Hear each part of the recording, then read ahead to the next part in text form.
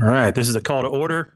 We know if this is loud enough for you. We got new mics in the room here, so getting used to the new technology. This is the German Village hearing. Today is December 3rd. It is 4:10 p.m. We're here at 111 North Front Street, room 204. The next business meeting will be Wednesday, December 17th, 2025 at 12 p.m. We'll be here in the same building, same floor, but next door in room 205. The next hearing will be Wednesday, January 7th at 4 p.m. here at 111 North Front Street, second floor, room 204. We'll go ahead and swear in staff. Do you swear to tell the truth, the whole truth, and the truth? I do. Your name is? Sophie Vogel. Thank you very much. And we'll go on to the commissioners present on my left. Anthony Hartke, Chair. Rachel Schultz. Karen McCoy. There you go. Yeah.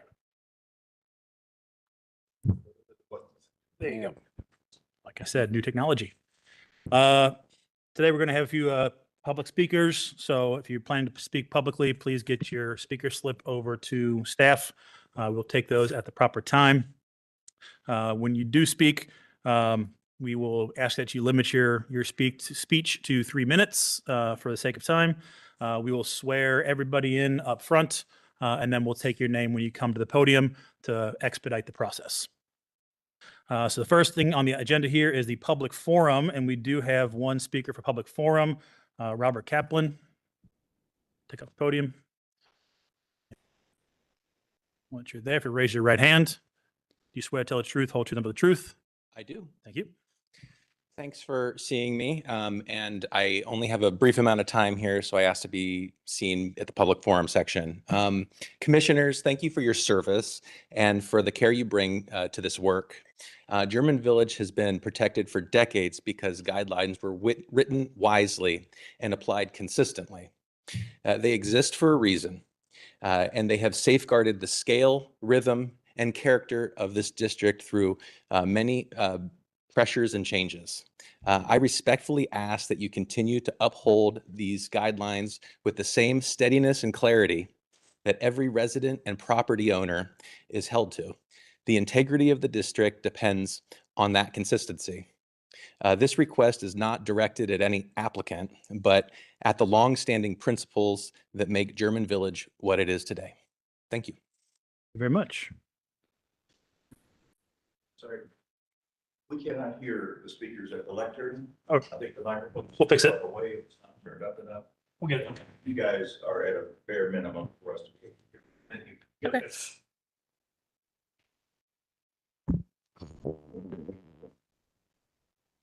Thank you. You want to? No. Doesn't work, you know. Test 1, 2. No. No. No. Better? You want to try one of these? Yeah. Are these working? Yeah.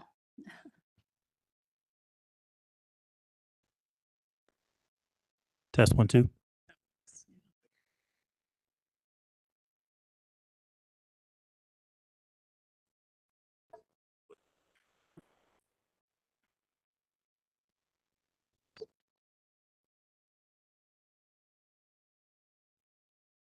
All right. We'll move on to the approval of staff approvals. Staff approvals begin on page 3 of the agenda. Any recusals from the commission? Mr. Chairman, I have no recusals. None. Mr. Chairman, I have a recusal for COA 2501152, 582 South 6th Street.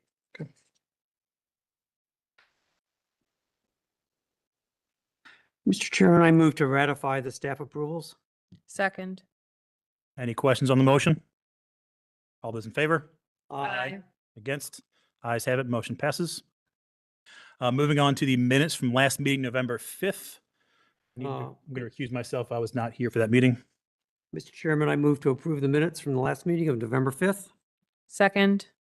Any questions on the motion? All those in favor? Aye. Against?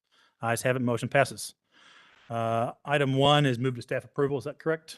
Yes. Mhm. All right, we'll move ahead to item number 2, COA 2501299, 657 Mohawk Street. Come up to the table there. Raise your right hand. Do you swear to tell the truth, whole truth, nothing but the truth? I do. Thank you very much. Okay, this is a request for action for a variance recommendation.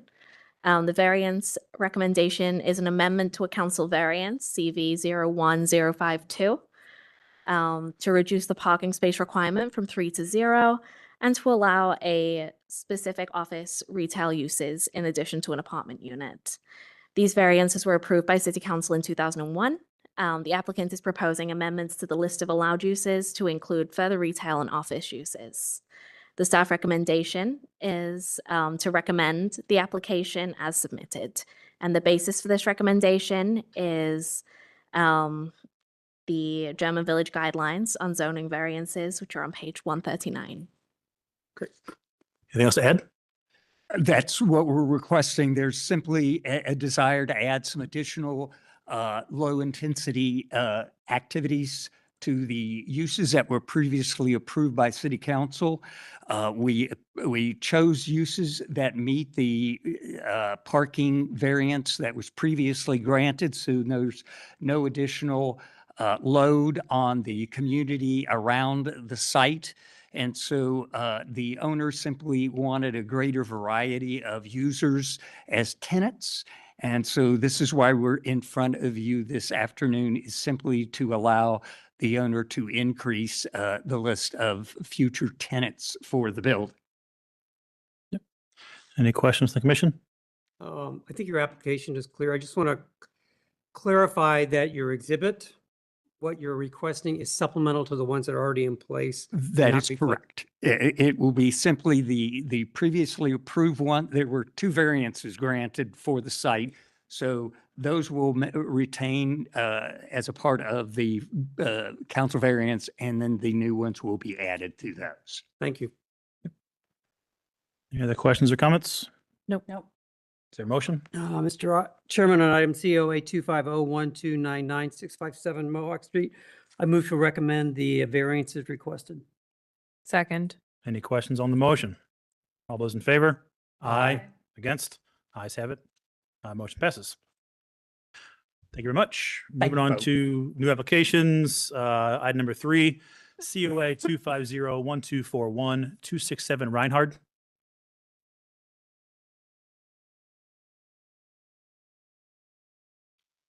Once you're settled, if you'll raise your right hand. Do you swear to tell the truth, whole truth, nothing but the truth? I do. And your name? Evan Little. Thank you. This is a request for action for landscaping to demolish the existing wood deck and wood fence and to replace the fence in the same footprint with a 6-foot-tall wooden privacy fence. Install a new roof over a new paver patio and wood stairs per the submitted plan. At the business meeting, commissioners had the following feedback. The commission requested that staff amend the agenda language from covered patio to roof addition. The commissioners requested clarification as to why the porch roof is so tall. And the commission requested a photograph of the existing pavers to verify the exact material of the proposed patio. The applicant clarified that the roof height is proposed at that height to avoid interfering with the window below. Staff notes that the roof is proposed on a masonry portion of the home and would interfere with the current condition of the second story. Staff recommends that a construction detail of the interface between the new proposal and the existing home be provided prior to final approval. Staff recommendation is the approval of application COA 250124 at 267 Reinhardt with the following conditions: that a construction detail of that connection between the proposed roof and the existing home be provided for review by staff or a subcommittee prior to the final approval. And the basis for this recommendation is City Code Section 3116-11, Standards for Alterations, numbers 1, 2, 5, 9, 10, 11, and 12, 3116.13, Standards for Site Improvements, A and B, and the German Village Guidelines for walks, sidewalks, driveways, patios, and parking lots, and the German Village Guidelines on fences and walls. Anything else to add? No. Questions, comments from the commission? Yeah, my comment is I have issues with the height of this porch roof addition. It seems to be a takeoff somewhat similar to the porch in front where your wood masonry bases are, et cetera.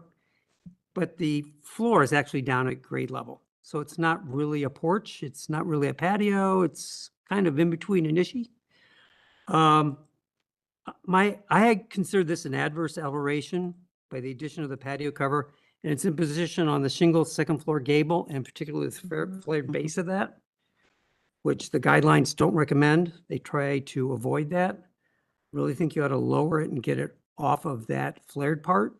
Granted, I understand the window's there, but the window could be tucked up underneath that roof. Yeah, she would just lose the visibility.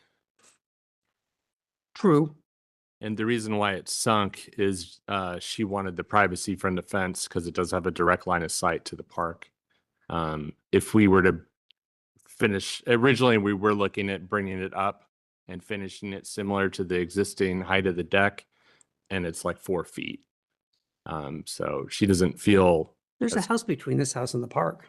There's a picture in there that shows a view from Schiller, I believe. Okay, we didn't get those. Or you can look at it, but there's a direct line of sight behind that house, right at this area. On the first page. So anyone walking around Schiller Park, she can wave at them. A lot away. Bottom left. Yeah, corner. it's Yeah. a loud yell and an aggressive Yeah. wave would get the attention. Mhm. Anyone walking Still around. think it's an adverse. I agree. Addition? It aesthetically it doesn't look the way it ought to, but it will have a privacy fence wrapping around it, so it will kind of Still interrupts the existing architecture that's there. I don't think it's an appropriate addition because of the adverse condition of what it's doing to the existing architecture. In my opinion. Would a different roof type be Something that's below considerable? that flare. Like would you consider something more like Italianette, like almost like a I- parapet or My really issue low is to get slope? away from the flare at the bottom of the shingles. That is significant detail. Sure. Specifically in this property, and it's rare in the village. There's only not even a handful of houses that have got that detail on it. Yeah. Granted, we lost it across the back. We still have it on the other side. Really think it ought to stay in place. That's just my opinion.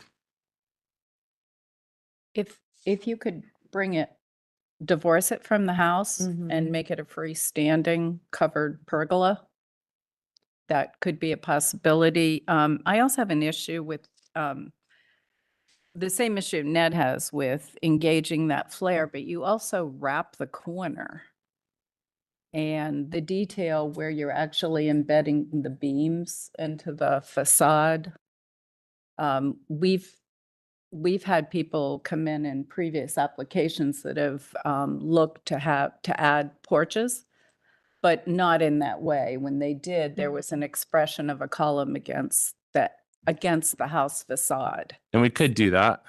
We could have an interior column if that's the only route, but I'd prefer to tuck a beam into the masonry wall, and then we're avoiding the masonry on the other side by tucking it into the existing wood siding that's already deteriorating a little bit. It needs repair anyways. And it's not very big. It's like 7.5 feet deep, and Yeah. it becomes unusable if we continue to make compromises. And we are keeping the roof line 3 feet off the property line as well, and adding softscaping there.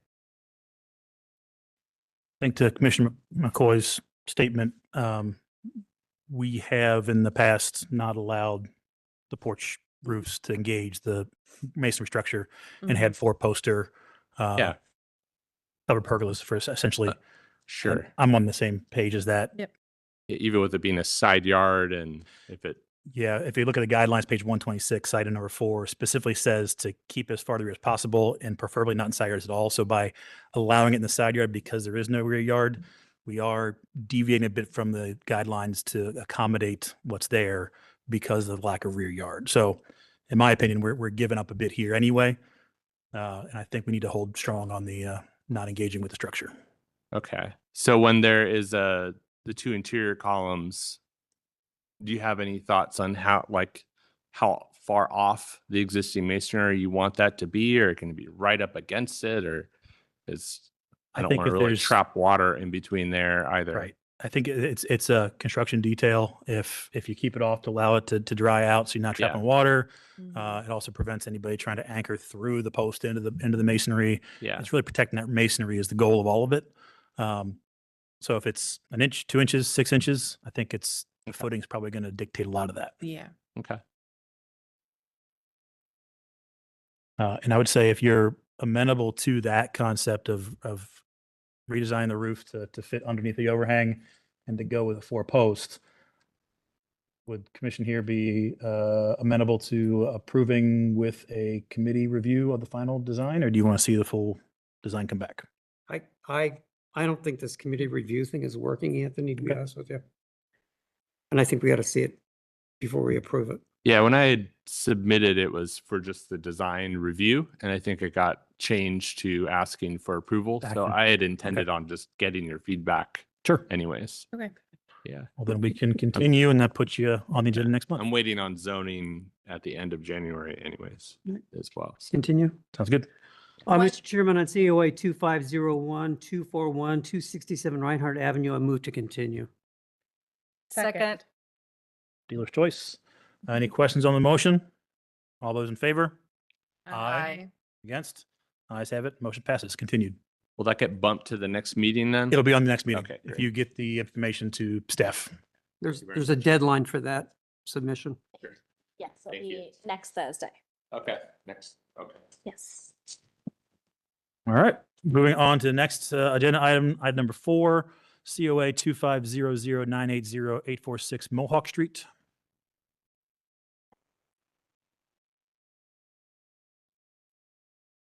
Once you're settled, if you raise your right hand, you swear to tell the truth, the whole truth, nothing but the truth. I do. And your name? Matthew McIntyre. Thank you very much. This is a request for action for exterior building alterations to install shutters in the place of previously existing shutters on the home, to match the size, design, and appearance of the previous shutters, and install window boxes on the 2 first-story windows on the west elevation. At the business meeting, commissioners had the following feedback. The commission requested documentation of the former presence of anchors or hinges in the masonry or frame of the home. And looking upon the files held by the Historic Preservation Office, staff determined that the shutters that were previously removed were originally installed in 1966. The shutters that were installed do not match the approved drawing from 1966, and staff note that the clip corners of the second-story shutters is not appropriate. Staff recommendation is the continuation of application COA 2500980 to allow the applicant time to amend the application to be more consistent with City Code and the German Village guidelines. And the basis for this recommendation is City Code 3116-11, standards for alteration, numbers 1, 2, 5, 9, 10, 11, and 12, and the German Village guidelines for ornamentation, trim, brackets, hood mold, shutters, and light fixtures. Anything else to add? So I reviewed the staff report that I received yesterday, where it recommended a potential continuation I guess, until the next meeting. So I wanted to tentatively accept that continuation pending a couple of questions that I had. The first was whether there would be consideration of acceptance of an amendment just for approval of the shutters on the first floor along with the flower boxes, given that the primary issue seems to be dealing with the clipped corner shutters on the second floor. Any other I questions? mean, do you want me to just go through or Let's you go want through to it and take we'll address them all in Alright. one shot. So I would like to potentially obtain the drawing from 1966 that basically says that the shutters that were in the home that were removed didn't comply with that drawing. I don't have that in my possession, and I was hoping to obtain that. That is in the materials packet. It's lower down than that. It should be just after maybe page 14, 13, page 13.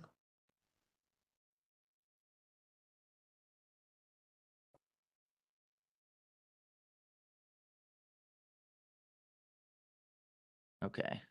So obviously, as we know, the shutters that were put on ultimately had the clipped corners. So I appreciate you taking the time to review the application. We were trying to basically put on what was taken off of the home, which was the goal was to not flout the guidelines, but to put on something that was more historically reflective of the character of the neighborhood, while still matching what was on the home previously. I did want to ask what qualifies proof of shutters being historically on the home. Is there a time period that is focused on in particular? Okay, let's start start tackling the questions for you, just because we're running here. So the first question about just the shutters and the window boxes, I think the question for the commission really is, are putting shutters on the house appropriate? The applicant has shown examples of shutters on the house previously.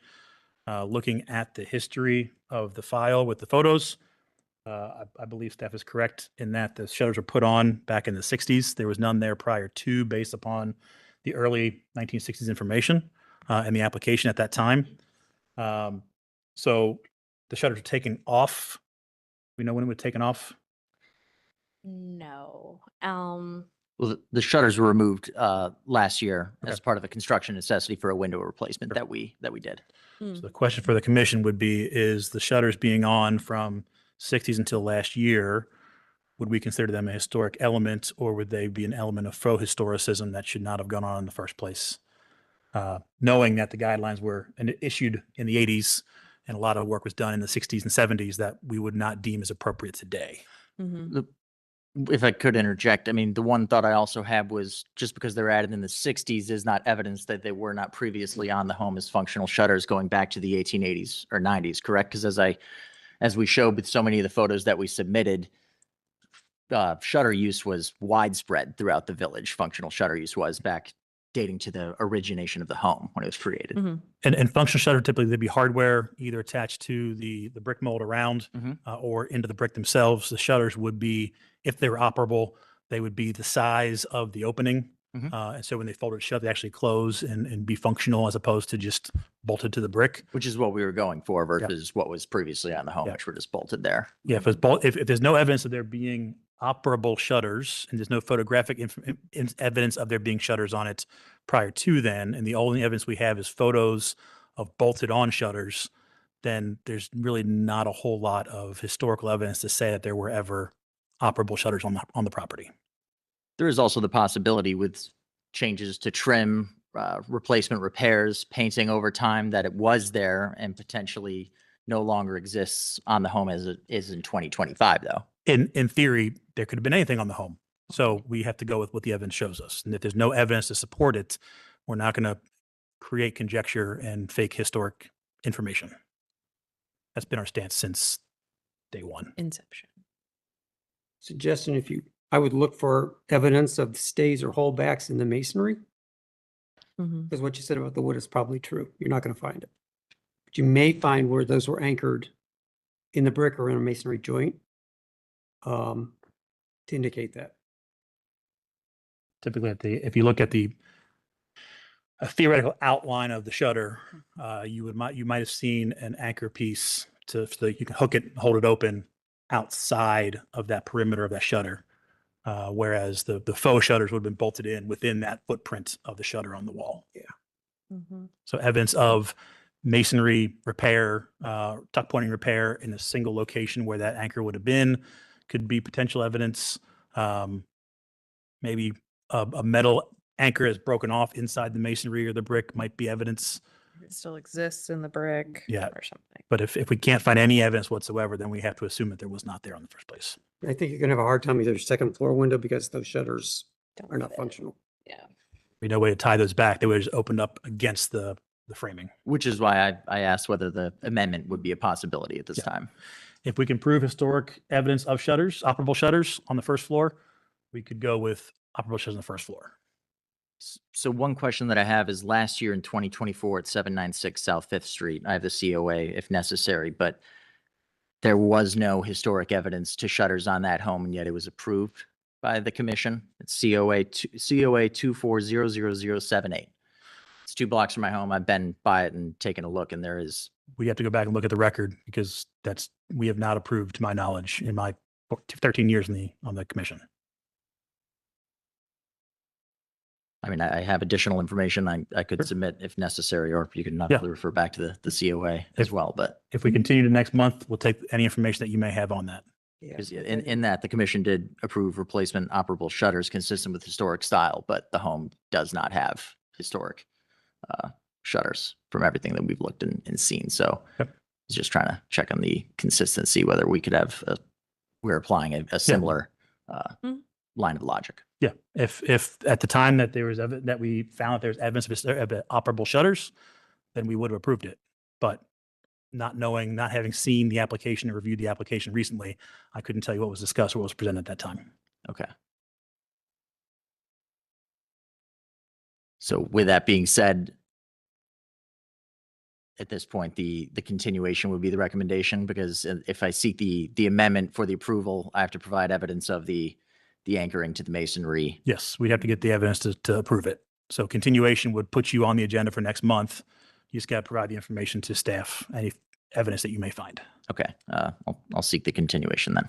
Well, but if you wanted to split the application to do the window boxes, we can have that discussion and split it that way Yep. now. Okay, yeah. So for window boxes, any thoughts? I have no objection to window boxes. I don't need. Yeah, I believe in the few months back, we kind of had the philosophical discussion about window boxes, and the majority of the commission has agreed that they're everywhere, and they've approved them across the board, and there's really no evidence to not have them. As long as you're not mounting them to masonry or they're draining on the masonry. Anchors need to go into the joints, not the brick itself. Okay. Do you have a window box style in the application? Didn't say. I believe so. You have that. You submitted a photo of the hay rack style, which is the metal that has the liner. What page? It was 20, the photo from 2019 shows.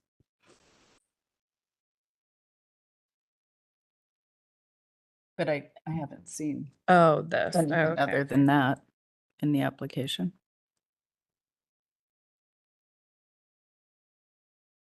So on page 8, Anthony, there's an existing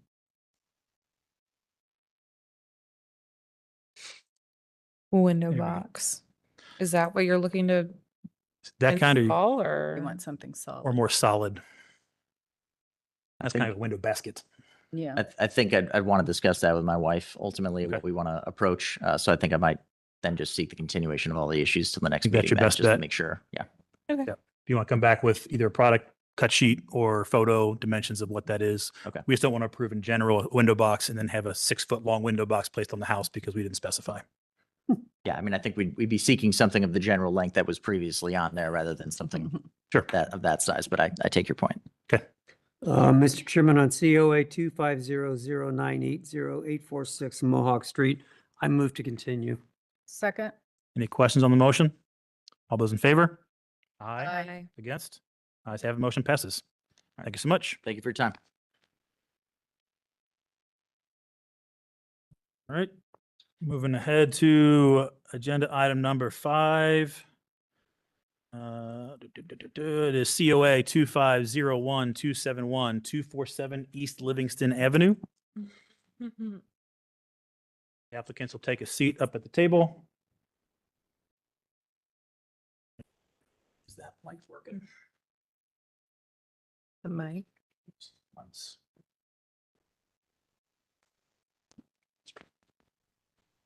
You're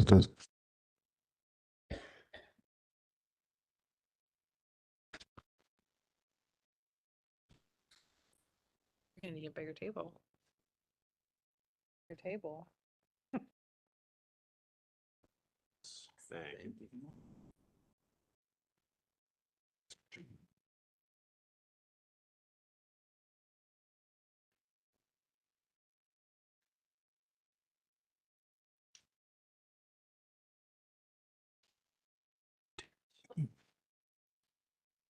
All right, so how we're going to do this is we'll have the applicants raise their right hands. Anybody who submit a speaker slip, also raise your right hands. We'll swear everybody in, and then we'll take your names as you come to the podium. So right hands up. Do you all swear to tell the truth, the whole truth, nothing but the truth? Do. Great. And then for the applicants on the left here, your name? Jay Panzer. Thank you so much. Reem Ammer. Thank you. Daniel Ayers. Thank you. Andy Moore. Thank you very much. Okay. This is a request for action for demolition and new construction to demolish the existing brick office building at 251 East Livingston Avenue constructed approximately 1981 to 1984, to construct a new 4-story apartment building with 67 proposed units. The structure to wrap without connection around existing historic structures on Livingston. And the proposal provides 38 parking spaces. The following is taken from the August 2025 GVC hearing minutes where no action was taken. Commissioners confirm the guiding text for their review is Title 31, City Code Section 3116, and the approved German Village guidelines. Lot coverage remains a primary concern for the Commission, noting lot coverage includes only the built structures and not hardscaping. Existing parking lots would not be considered as part of the existing lot coverage. Commissioner Hockey found that the structures on Livingston as proposed did appear to follow development patterns of the block and noted appreciation for the design changes on the Livingston elevation. Commissioners were not supportive of the more commercial style building on the corner of the structure that is proposed. Commercial structures have been built on single-family lots in German Village within a standard lot size and with designs following typical German Village structures. The period and scale of commercial style structures is an important design consideration. Scale and typical development patterns are an important factor in review of proposals. Commissioners suggested altering only one of the new construction elements in either lot coverage, massing, materials, and details from typical German Village development. Commissioners noted that the dormers were not proportional in the rear facing Cedar Alley and suggested altering the design so that they have less visual impact and appear less modern. HPO staff note that a complete material packet is required for action. This would include material specifications for all exterior windows, doors, roofing, garage doors, awnings, siding, cladding materials, porch and foundation materials, railings, window boxes, and a complete landscape site plan with drawings. At the December business meeting, the Commission gave the following feedback. The Commission requested information regarding any lot splits and consolidations. Commissioners also requested information on how future ownerships of these parcels may work. The Commission requested the applicant include more recent submittals to the Commission in their packet under the past submissions portion of the document. HPO staff appreciate the design team's changes to the proposal and note that the new design has addressed many of the Commissioner's comments. The design is appropriate for construction on Livingston Avenue and appropriately blends typical neighborhood development patterns with modern construction. Overall, HPO staff find the design to be appropriate and that the design sensitively treats the existing conditions on the parcels. Ultimately, the design meets the German Village guidelines and City Code. Specifically, the German Village guidelines emphasize that new construction should observe the overall rhythm of the building spacing on the block, which is new construction recommendation 4. Both the Livingston Avenue and Blankner Alley elevations carefully consider the surrounding blocks and typical distribution of structures in the village. On Livingston, the applicant has designed appropriate infill structures around this existing historic and non-historic structures with minimal alterations. The mix of appearances matches the typical development along Livingston Avenue, with both residential and more commercial styles of structures, compliant with City Code Section 3116.12 A, C, D, K, L, M, and the German Village Guidelines for New Construction, recommendations 1, 2, 3, 4, and 6.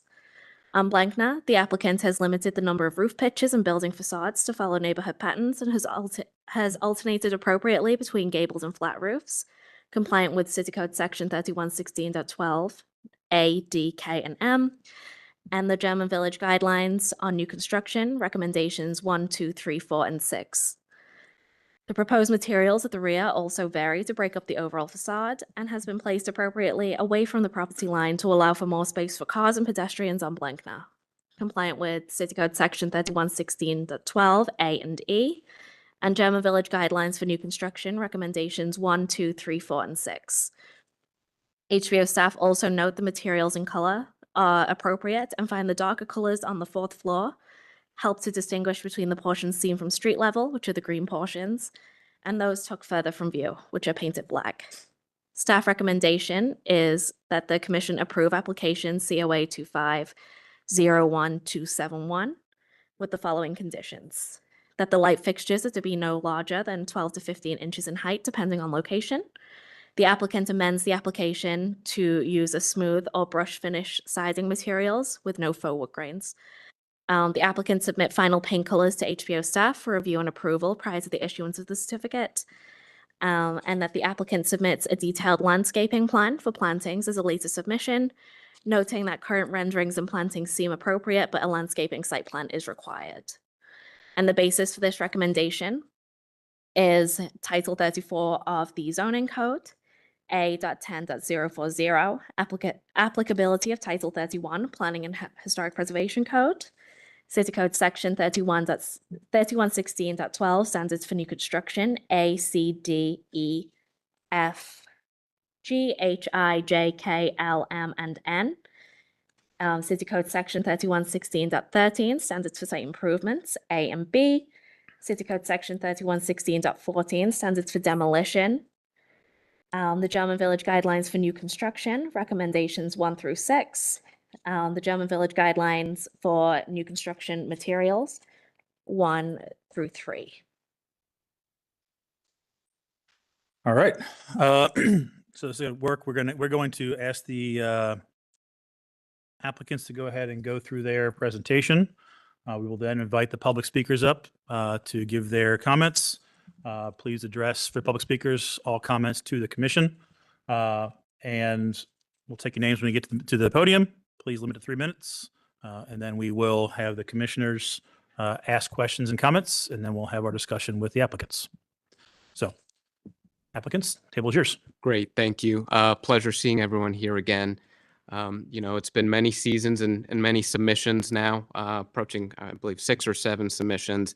We've had extremely insightful conversations, and we've stayed mostly conceptual or entirely in conceptual up to this point. So I think just a point that it may be time to not stay conceptual forever, take this application as a comprehensive application. And as part of that, we've brought with us today Mr. Jay Panzer.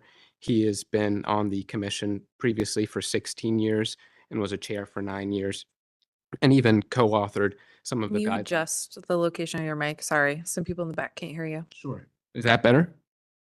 Is that better? So. Try that. Okay. Try this. Okay. Yeah. We'll double up there. Okay. There you go. Thank you. But all that to say, Jay has extensive knowledge of the guidelines, and again has co-authored some of them as they stand today, and we'll give him a moment to help us with the interpretation as we've been doing over the past really year. It's almost been at this point. If you don't mind, I would like to. You can go to the site history. Just a few. So much has happened over the course of the year. And again, we cover so much ground over these meetings. I would like to just touch on a couple key points. And then, of course, we'll talk about how the design has again, changed since the last hearing. So last time we were here was in September, conceptual review. I think it's important to remind everyone just of the context and the key points we've landed and agreed on. The site, what hasn't changed is it's still on Livingston. Still on a 5-lane avenue, a prominent retail corridor. It has bus routes. It has freeway access. It has large hospitals on it. And that's just the context of where we are today. It's interesting when we think about the history, and we won't stay too long on zoning, but in the guidelines it mentions that in 1972 the German Village Society pushed for rezoning of German Village, except for Livingston Avenue. So there's been a long-standing acknowledgement that Livingston Avenue does fall under a sort of a different purview, if you will, than the interior of German Village. And not to put words in anyone's mouth, but I believe we've reached some of those conclusions in the past hearing or two. If you don't mind actually going to page 18, I'd like to talk about the site. Yep, perfect. Thank you.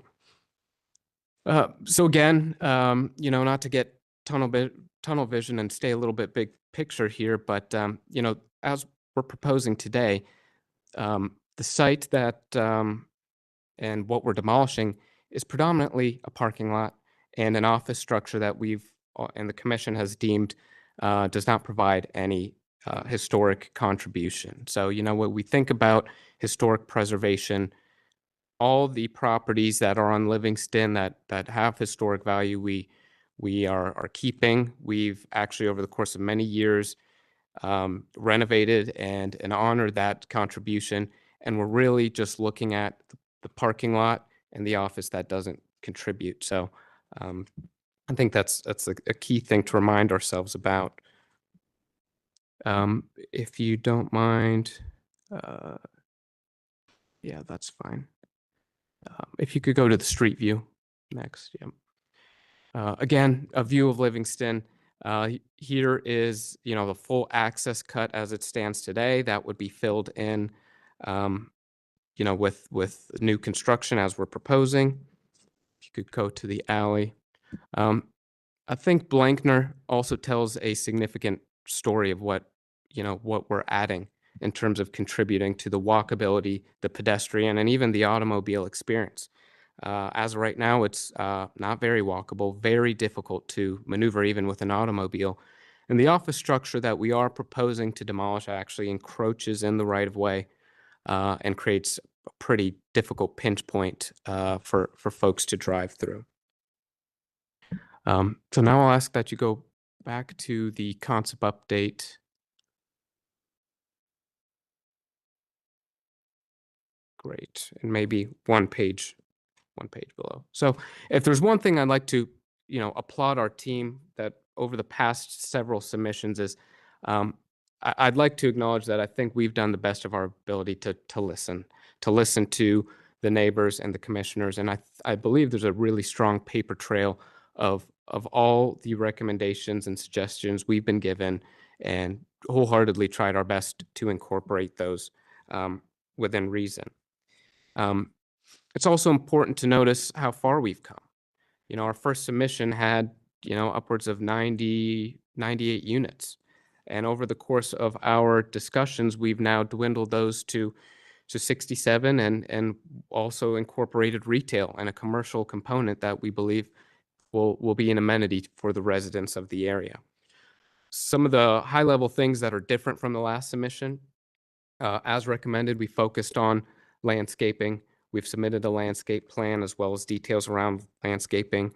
One of the key comments from residents were the garages and automobile access on Blankner. We've completely removed that. All access will be through 6th Street there. There will be no more garages on Blankner because that was, again, a key point that residents had concern with, the maneuverability back there.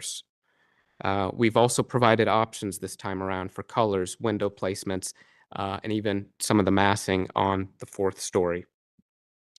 And some of the other things we've done since September really are technical and engineering related items, discussions with AEP, discussions with civil engineers, how to make this project real, and again, transcend past conceptual and into a real project that can hopefully happen. You can go on to well, if you keep going to where now we had a section on guidelines. I believe it's higher up. Sorry, 90-page document. You lose track of where everything is. There. Yep. 15, 14, Down to 15. 14, 15, yep. Yeah. So, we've spent a great deal of time on these guidelines, and I think, ever since the first meeting, we've all come to an agreement that the guidelines are the prevailing text that we need to follow. And in the interim, it's been how we can interpret that. So I think as a basis of our discussion, there's a couple key guidelines that I'd continue to like to read and make sure that we're continuing to allude to those. The key one being regarding new buildings, new construction, residential and commercial. As I'm sure you all have memorized by now, as we have, and these guidelines have really become our obsession over the past year. Read them more times than I thought I'd ever would. But I think the key prevailing quote that we'd like to keep in mind is that the design of a new building can be divided into 3 elements: massing, materials, and details. To design a new structure that is compatible with a historic neighborhood, one must generally vary from the historic context in one of these elements. Varying 2 elements is occasionally acceptable. Varying all 3 elements is rarely, if ever, appropriate. So we have a requirement to vary from these elements. Otherwise, it can be seen really as fake historicism. So of the 3 elements, we must vary from 1, and if appropriate, can vary from 2, with, of course, the close collaboration between us both. So that is a key component because, you know, the one issue that seems to keep arising is of course the massing. So I'd like to keep that in mind, that while yes, we can disagree, there is a requirement within the guidelines that we must vary, and if massing is the disagreement that we have, you know, that it's appropriate that we disagree on that, and that the project still can come to fruition. And a key point that commissioners have made in the last hearing is that, well, it can vary on massing, just not to the nth degree like you may have believed we've done. But in our plan section, with each floor that goes higher, the lot coverage of that floor dwindles down to where the 4th story now is under 40% of the lot coverage. So we have taken massive steps back. On the 3rd story, it's under 70%. 4th story is under 40%. So again, while even though we can vary on massing, doesn't mean we want to completely disregard its appropriateness to do so. I think at this point, I'll let our design lead here, Dan Ayers, talk through the concept, or not the concept, but the design changes, if you'd like to go through the renderings. Yep. And so go to the massing section to start with. So again, appreciate the time and the opportunity to present today. As Kareem went through the 3, we've broken the package up into those 3 key areas, focusing around massing first. We'll go through some of the things. I mean, you guys have seen this a number of times. Hopefully you're starting to get to a point that you look at it and you're like, I don't remember what's changed from last time. But I believe where we were at the last commission meeting to where we are today, the concept still stands of how we've approached this, with really understanding and studying that Livingston side of the road, and then moving to Blankner and really getting down into the details and understanding that from that scale. So if you go to the next page, is the first view. Standing across the street, you get the full understanding of how Livingston is coming together, the existing building stitching in with the new design. Our goal, of course, in this is to really, for people as they look at it, to try to, we'll struggle to find where the old and the new begin and end. But our new buildings having that slightly modern edge to the detailing as we get closer up. If you go to the next slide, you can start to see, and I think there have been good comments and good feedback on the buildings on Livingston. These have stayed pretty consistent through the last couple of commission meetings, with slight adjustments to details, a little bit of enhancements in the landscape. Go to the next slide. And again, where the retail or residential entry is happening has a more commercial feel to it, which is appropriate for Livingston Avenue. The materiality of brick, siding on the more residential portion of the building, and again, the commercial with a more stone base is appropriate for these structures, again, along Livingston. If you go to the next slide, you'll see a little bit of a different corner here. This is actually where we're keeping in mind that these are tight alleys. And so cutting the corner back is actually, you'll see it around Columbus in different places, that it's not a unique detail to what we've done, but we have seen it in places where it does allow for those sight lines and safety, but it also is kind of a creative, unique approach to that corner as we come around. As Kareem mentioned, we've taken the parking garages off of Blankner, but we still have them on both 6th and on the alley here, for these being the only private garages accessed from the outside. The rest of the parking is from the interior. You'll see larger and a little bit more substantial of landscaping on Blankner as you look down, and again, the stoops and the access being more consistent with what is currently along Blankner on the south side. Go to the next. A little bit more detail, again, details of the headers over windows, our window sizes, and single hung and double hung windows throughout the project. We have 2 basic sizes that we're working with, a double 2 side by side along with singles, trying to keep that consistent with the overall standards. Go to the next. Here we're about the mid block. This is where Cedar Alley comes into the overall project, is set back further.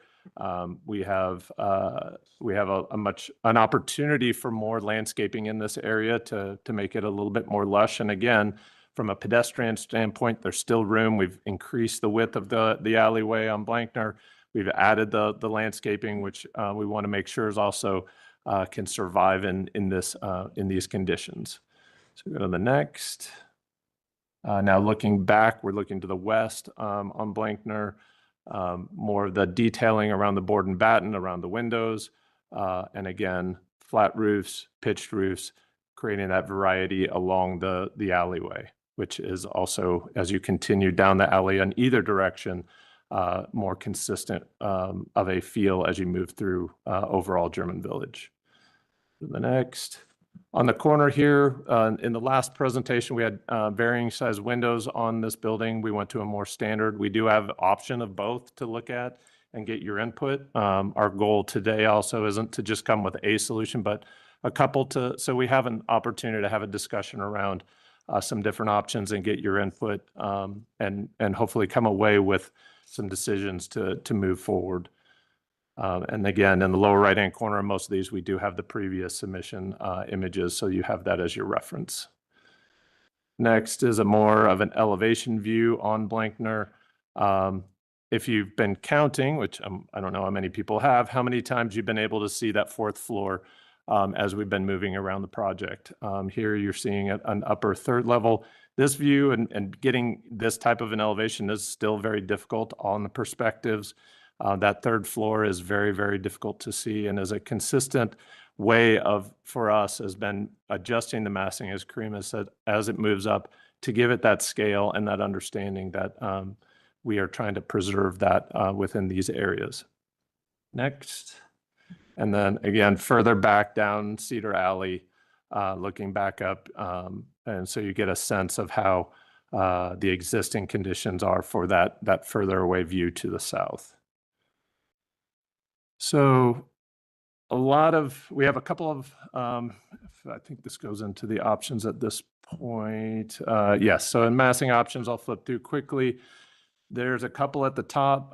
We're basically looking at coloration and a couple of adjustments to the 4th floor, mainly focused on the south side on Blankner. This view shows the light and the dark. You can flip back and forth on them and just see. Yep. So a lot of it is just to get some input on. We were looking at a couple of different ways of doing it with the light or the dark, creating deeper recesses more in that central area. This is a little bit more flat, and you can see it's stepping away. They're subtleties. We're getting down to some really subtle adjustments, but wanting to review a couple of those options, both coloration and massing that starts to work through those. After options, go to the next slide, is on the corner here. This was our previous, you just go back and forth a little bit. You can see the opportunities on the windows to a more standard size window. We can discuss and understand best on that. Moving through to the next on overall planning. This gives setbacks across Blankner and around the site. Again, fitting within the guidelines of following standard setbacks in and around our context is what we were looking for. There were multiple comments over time. I think we've got a lot of good input from you on how far back we should set, especially on Livingston, keeping up a little bit tighter on Livingston. So that has stayed consistent. You can also see the parking garage on this floor. So 1st floor pink is retail on the right, which is on the east side. Gives us an opportunity for activity. On the left is the lobby or retail. It's going to be a mixed use. There's some opportunities there to have different uses happening. And we are representing the existing apartment building there in gray on the west side as part of the development, but will stay as the uses that are currently there. Entry and exit from 6th Street on the right-hand side or on the east.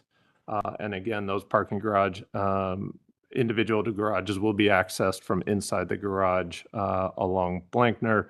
But the garages to the west will be, there's 3 of them there that you will have access. Move in and move out will also be to the west-hand side and have access to our service elevator. Next floor up, let's see. Yeah, go one more. So next floor up, start to get into more of our residential units. This does follow the first and second floors being pretty similar from a massing and setback. We've kept our deep recesses and cuts into the plan while trying to keep efficiency to our overall layout. Again, this floor plan follows the massing of what we currently are showing in our renderings. Next up, you'll start to see that 3rd floor really set back further on Blankner, also stepping back on Livingston, and a bit to the west-hand side. So you're starting to see some outdoor patios or decks or flat roofed areas, along with some of the pitched roofs that work within the overall massing. And then the final 4th floor in this option is providing outdoor space on an upper deck and amenity space in the middle, along with a couple of residential units and other terraces. So again, pulling that 4th floor back visually, removing it from visual sight lines from in and around the site. And then this was an option on the 4th floor. It's a little bit straighter, simpler. We've been going kind of back and forth on opportunities of making this work from a massing side. So sometimes simpler at the top may be better, but we'll be looking for your input on a couple of those options to see which direction is best to go. And then on the section, section basic, same as Ben, hasn't really adjusted on its overall, the way that's worked. The next few slides are just pure elevations, calling out materiality across, which we can get into and walk through all the materials when we to get into that detail. And I guess that's the question, is how much do we want to get into all the detail? You want me to go into all of the materials, colors, and that now, or wait and have that discussion after? Because there's a lot to cover from the massing and detail side and materiality. I say we hold off on the materials. Okay. And Makes sense. We can tackle this chunk here. Yep. We can get feedback from the speakers after you're done with your portion. Yeah. Because I think that most of what the comments I think we're probably going to hear is about the massing for the most part. So. Yeah, my hope is what you guys are seeing in the details and the materiality is following the guidelines and within what's provided from general standards for German Village. And so we have packets that have that. It's in the main packet. But if we need to get into more detail for that, we definitely can. All right. Whoever's phone that is, if you could please silence that. It's rung a couple times so far. All right. At this point, if I would like to give Jay a moment, he's had some great insight to help us with our design throughout the past, couple months. So, Thank you. Mr. Chairman, I've submitted a letter. I don't know how many of you have seen it. Guess most of you have. Yeah. Obviously, the public has not heard this information, and I don't know the degree to which it might be useful, but I figured I would read it quickly and get it on the record of this hearing. Hold the mic over to you. Better? Yes. Yes? Yep. Good. Okay. Mr. Chairman and Commissioners, in 2004, I was appointed to the German Village Architectural Review Commission, where I served for over 16 years, 9 as chair. In addition to the many hundreds of projects brought before the commission during that time, I was also a member of the working group that revised the Historic District's guidelines, most relevantly, the section on new buildings. Following my move to Arizona, I joined the Scottsdale Historic Preservation Commission, where I now serve as its chair. While all this is well and good, the most important thing to know about me is the love I have for German Village, where I spent 3 decades wandering its streets, alleys, and which I will always consider my home. As you know, in 2018, a project for 247 East Livingston was brought before the German Village Commission while I was its chair. At the end of a lengthy exploration, the GVC did not see a way forward for that concept. The application before you today is radically different from the earlier proposal in all 3 of the principal ways new construction is evaluated by the GVC guidelines: massing, materials, details. This proposal addresses those requirements appropriately and is why I believe the project should be approved to move forward. Massing. The most critical aspect of any project in German Village is that its massing is respectful of the scale of structures in the district, especially those in close proximity. It is important to differentiate between massing and size. The manner in which the applicant has broken up the building's mass into discrete components with varying setbacks, elevation, styles, flat roof, gable, etc., and materials is consistent with the historic development of German Village. Though there is a portion of the building on its 4th floor, that portion is well set back from the building's facades. Earlier iterations, both at this site and for the proposed hotel further west on Livingston, failed to address upper floor mass in a way that would limit their visual impact. This project's 4th floor will be virtually invisible from the surrounding public way, the appropriate standard by which it should be evaluated. Fundamentally, the 4th floor should not significantly affect the visual massing of the building. Materials. A wide variety of materials have been used throughout the development of the historic district. Clay bricks in varying shades is most associated with German Village and is the dominant exterior on this project. Clapboard, board and batten, several types of press blocks, along with a variety of panel systems are also common sites. Natural and more recently cast stone are prevalent materials for foundations in the district and on this project. Wood and some synthetics have recently been approved for trim and details in German Village new builds. The wood windows have been the historic precedent in German Village. Aluminum clad, aluminum, and some synthetics have recently been approved. The developer has committed to selecting appropriate materials, all of which have been or will be submitted for approval. Details. The devil is in the details, is always the case with projects in German Village. That said, eave overhangs, gutter profiles, lintels, sills, window trim and profiles, etc., are all critical to the success of projects in the district. Though most of these are adequately shown in the current submission, final approval will require full documentation of all details which the developer has committed to provide. It has long been the position of the German Village Commission that a successful new build requires varying at least 1 and possibly 2 of the 3 categories outlined above: massing, materials, details. Rarely, if ever, is it appropriate to significantly vary all 3. Since the current iteration of the Cedar Square project was brought to the German Village Commission over a year ago, the developers have clearly heard the concerns raised about various aspects of the project and addressed them in detail. The current iteration bears little resemblance to May 2024, let alone the 2018 application, and is very much in the spirit of projects previously approved by GVC, such as Beck Place, 252 East Sycamore, and others. Since their initial submission, the developers have significantly modified the project to address concerns raised by the commissioners. Of course, this means nothing if the changes do not result in a project that meets the requirements and spirit of the guidelines. While some details and materials remain to be specified, I recommend approving the project as submitted, conditional on future submission of final materials and details for approval by the Commission or HPO staff as appropriate. I further suggest that the GVC recommend approval of variances required to construct the project as submitted and approved by the Commission. I emphasize as submitted and approved to ensure that any variances granted will remain subject to the GVC's limitations. Years ago, I discovered what I like most about German Village architecture, both old and new. To this day, I love walking along a street and saying, if only to myself, that's nice. Meh, that's nice. Not bad, that's not, wait, what the hell was that?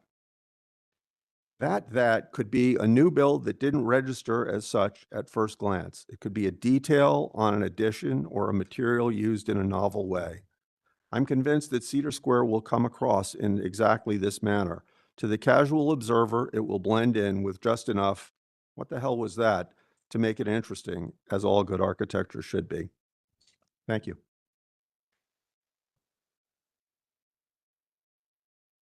Any other comments? Not at this time, no. Thank Okay. you. We'll go ahead and start taking speakers. So a reminder, when you come up to the podium, please make sure you're speaking into the microphone. Limit your remarks to 3 minutes and state your name at the beginning, and we'll proceed. So the first speaker, Remington Lyman. Just come up to the podium here. Please state your name into the microphone. Hi, my name is Remington Lyman. I am a resident in German Village and business owner on Parsons Avenue in Schumacher. Chair, commissioners, thank you for the time. I want to start by acknowledging the German Village Society and the residents who are here. Their passion for preserving this neighborhood is the reason German Village is what it is today, and I share that value. But I also want to ground my comments in the actual rules and guidelines this commission is obligated to apply. The commission's own bylaws say your purpose is not only to preserve historic character, but to also promote the cultural and economic well-being of the community, and to determine the needs of the city in furthering that purpose. That is Article 2 and Article 5. This tells me that preservation and meeting the city's evolving needs are both part of your mandate. When I reviewed the German Village guidelines, I noticed that they focus heavily on massing, rhythm, materials, window proportions, roof lines, and overall compatibility of new construction. They specifically recognize that commercial corridors have different precedents and do not prohibit mixed-use buildings or a 4-story when it is properly stepped back or visually minimized. Those design principles appear throughout the new construction section. Based on the materials submitted, the design team has clearly oriented this building towards those criteria. They are using full depth masonry, vertical window proportions found throughout the district, and a concealed 4-story, and a massing approach meant to echo nearby commercial structures rather than mimic residential cottages. Whether someone supports a project or not, it is evident that the applicant has engaged the guidelines seriously. I also want to be honest about the existing site. As it stands today, it is parking lot, dumpsters, and an aging office building. Whether someone thinks about density, that current condition does not contribute meaningfully to the historic fabric this society is working so hard to protect.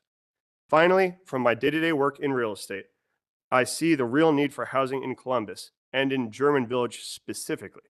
People who already have ties here, including downsizing residents, adult children of families in the neighborhood, and nurses and employees at Nationwide who already work nearby, want to live close, but do not have many options. So I am conflicted in the sense that I love historic preservation, but I also want to see thoughtful guidelines aligned growth. And I think the decision in front of you is not about choosing between those two values. It is about applying the guidelines fairly, looking at compatibility, and determining whether this project strengthens the block compared to what exists today. Thank you. Thank you very much. All right, the next speaker is Mike Evans. State your name into the microphone. Yeah, good evening. My name is Mike Evans. Thanks for the opportunity to be here to express my strong opposition to this project. I live at 243 East Blinkner Street, which is directly across the street from this project. Massing and scale. The guidelines state that massing is the most important element in new construction design, and the buildings significantly larger than their surrounding are incompatible, which this is. Cedar Square's size and density are far out of the proportion of nearby homes and commercial structures. According to the census, this is actually the most densely populated block in German Village. Adding a development of this scale would overwhelm the block's historic rhythm and human scale, and exactly what these guidelines were created to prevent. Traffic safety and functionality. Blinkner Street is extremely narrow, as we've talked about. It's very difficult to navigate. Cars frequently have to back up, maneuver, and use the current parking lots to create a pressure valve release, if you will. The street has often been in bad repair over the years. I made multiple requests to the city to repair it. They do a pretty shoddy job. As part of this, large trucks, including trash trucks, service trucks, food deliveries to the kitchen, etc., they already have a really hard time navigating throughout this area safely, and more traffic will, without the redesign of the street, will worsen these problems. It creates hazards for drivers, pedestrian service vehicles. I've seen cars hit houses. I've seen cars hit the poles, and I've seen cars hit other cars. Even with minor adjustments to the setbacks, the buildings remain too close to the street, leaving insufficient space for the vehicles to maneuver. This increases risk of gridlock and blocked access for both residents and service vehicles. With the current design, they're removing a parking lot that's been there since 1960. That is my most concern because it's been there for 85 years. Now I will essentially be blocked from my driveway access. Won't be able to maneuver onto my driveway. So essentially pushing me to the streets from an area that's already very scarce with parking. And so with all these increases in traffic, I do have significant safety concerns, cars hitting my house, etc. So as conclusion, please uphold these guidelines, protect our neighborhood's historic character and the livability, and deny this certificate appropriateness. Approving a project clearly at odds with those standards would set a harmful precedent, and the city's watching. Thank you. You. Next speaker is Katie Dempsey.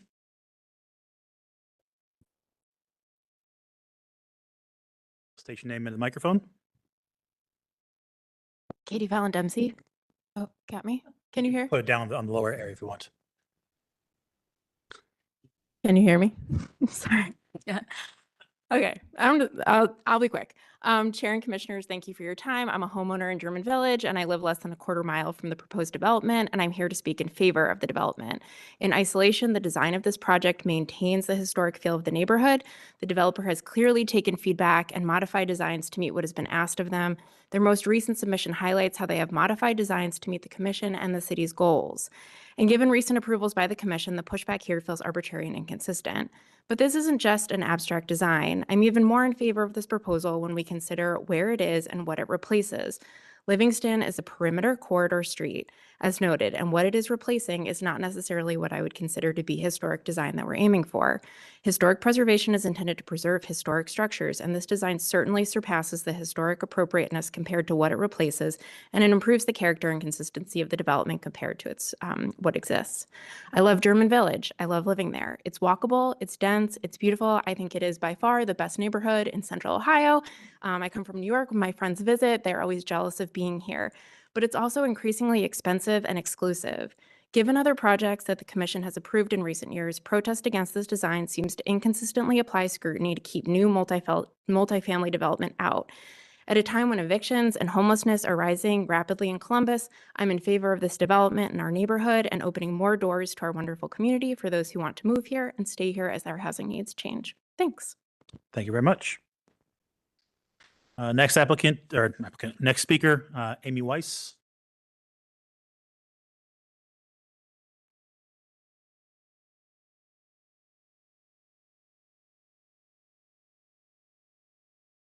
You'll state your name into the microphone. Either microphone works.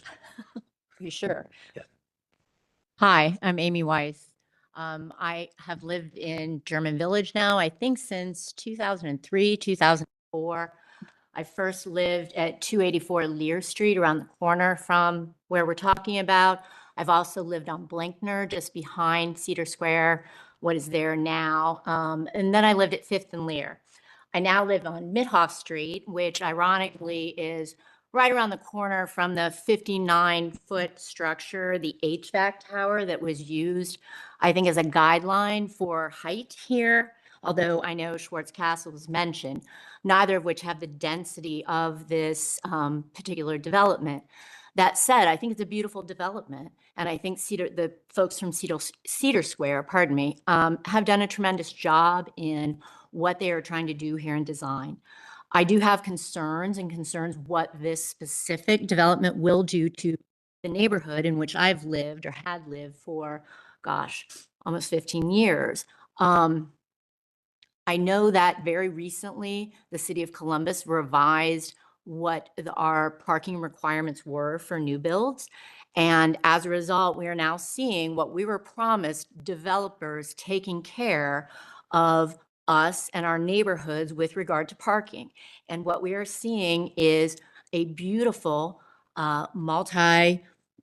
residential structure, but with not enough parking for German Village and specifically the culture and the community and the preservation of German Village and its streets. There's far too little parking places and parking garages for the number of people who could reside in these units. And I think that the commission should be very careful of approving this particular development in its current iteration for that reason. I think there's also too little green spaces in terms of the setbacks. And I understand they're comparing it to setbacks on smaller structures within German Village, but not something that has this footprint.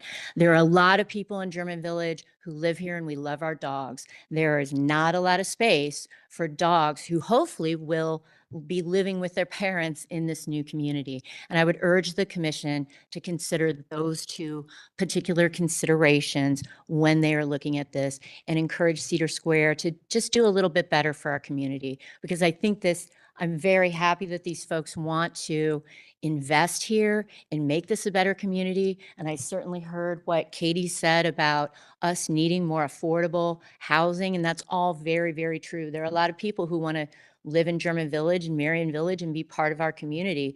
But we just need to, I think, take a little bit of a pause and do this on a little bit better scale so that we're meeting all the needs of the residents. Thank you. Thank you very much. Next one, Heidi Haverford. Lorenza, there we go. I see it now. Every time.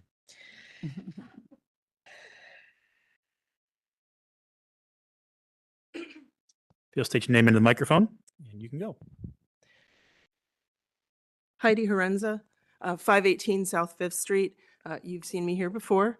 I'm not going to reiterate a lot of the comments that I've made previously. I have a couple of key points I wanted to talk about. The first being the sense of place in German Village. As a historic preservation professional myself, as somebody who sat in that chair, as somebody who works statewide in Ohio right now, I can say that German Village is unique in this state, possibly in this country, and really in the world. The amount of landscape, the amount of preservation of just the key components of the physical characteristics of our neighborhood, from the brick streets, and we talk about this all the time, the curbs, the carriage returns, that there's a sense of place that is not replicable. And, you know, when people come to German Village, they talk about it. We've had New York Times articles and they come to German Village and they talk about the characteristics. And one of the reasons why you as commissioners sit here is to preserve those characteristics. And we talk all the time about a shutter, a clipped edge, and we can talk about those things for hours. And yet when we have a building that is taking up an entire block of our precious German Village, that's going to put together, block the visual view, it's like, oh, this is nothing. I mean, let's talk about this for a minute. Our current uses are already shared spaces. I had people parking in my driveway today that were working on the building next to me because there's no space for them to work on their building. We all accept that. How much more is that going to happen when there's literally no space anymore on any of that block from 5th Street all the way to 6th Street to have any sort of repair vehicles? loading and unloading that goes on, and that happens currently, but will have no place to go. It's just adding more and more and more uses onto more and more limited space. And again, the design is so thoughtful. I would be super pleased if every piece of this was not hiding the spine of that building, that every carefully designed piece of this is designed to mask the fact that this building is way too dense on its inner spine, and that fourth story is visually detrimental to the neighborhood. It blocks every piece of light that comes through. When you walk down our streets, it's that character of openness to darkness. It's the design here is designed to hide every piece of this, and I hope you will reject it. Thank you. Next speaker, Michael Gallagher.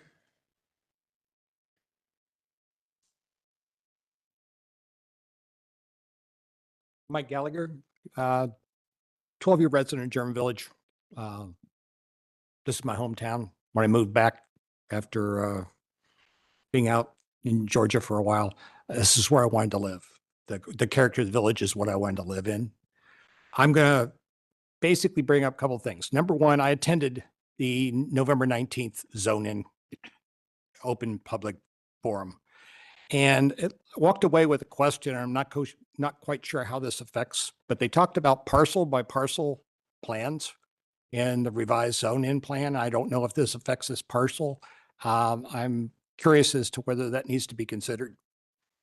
I'm going to save everybody the litany of revolving speakers who talk about this, that, and the other thing that they've got a problem with. What I'm going to reiterate is, in the process of reviewing this, since it's been going on, I've had a number of side conversations with people on the board, the German Village Historic Preservation Committee, neighbors and whatnot. A lot of the discussion's been about, well, we need to get down there and we need to fight this, or we need to show our support. And a lot of what I've heard from a lot of people is, that's what the commission's for.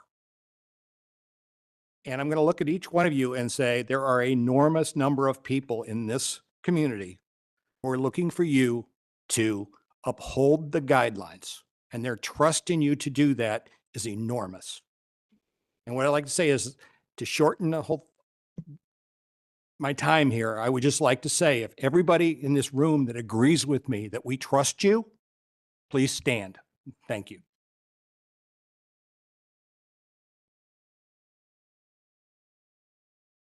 All right, the next speaker, John Clark. Sat down.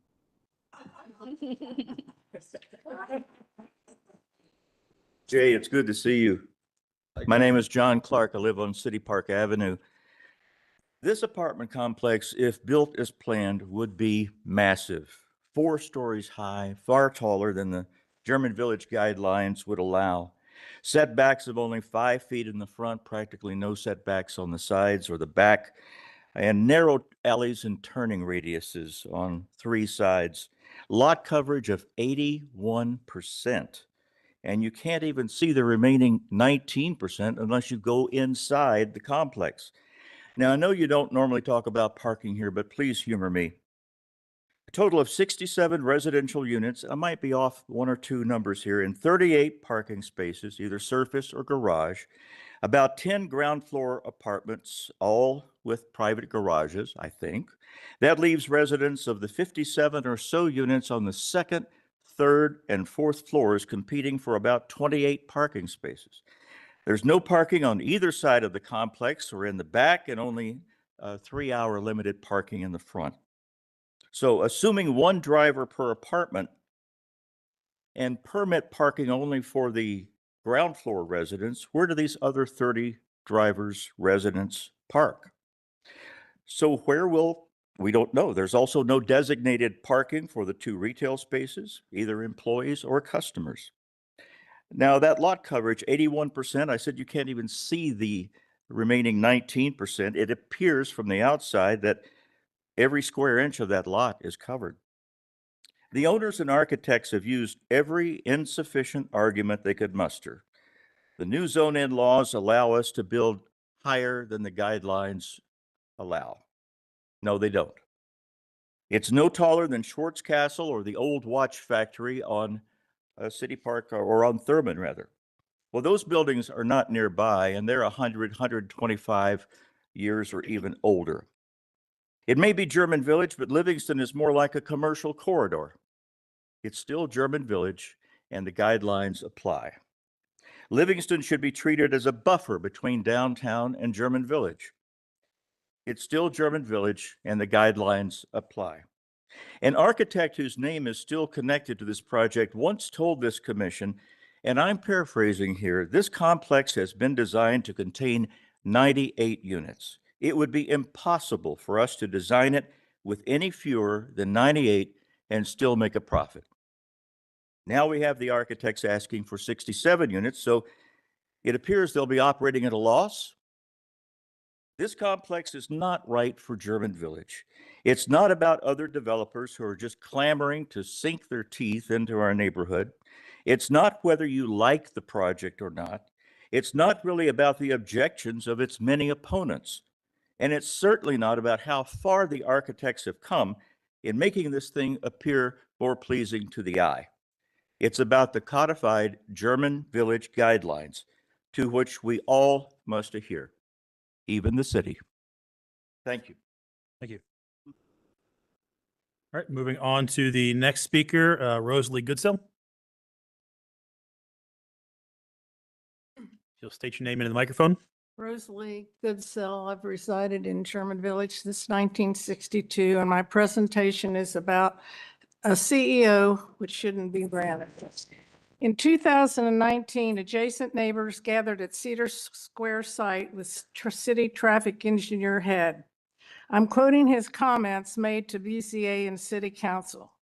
In order to accommodate the development improvements to Blinkner, they may be required to include additional right-of-way dedication and utility pole relocation. This would be in order to accommodate two-way traffic, end of quote. These comments made on BCA and City Council applications recognize the serious safety concerns the narrow alley presents. Massing and height. The 4 stories clearly do not conform to the guidelines. Developers have been told over and over again that the height should be no more than the surrounding structures, which are 1.5-story cottages, and others no more than 2 stories, which suggests no more than 2 stories should be allowed. Design. The design is a hodgepodge, and in my opinion, it's an abomination. Sorry, it is. As one huge edifice attempting to blend in.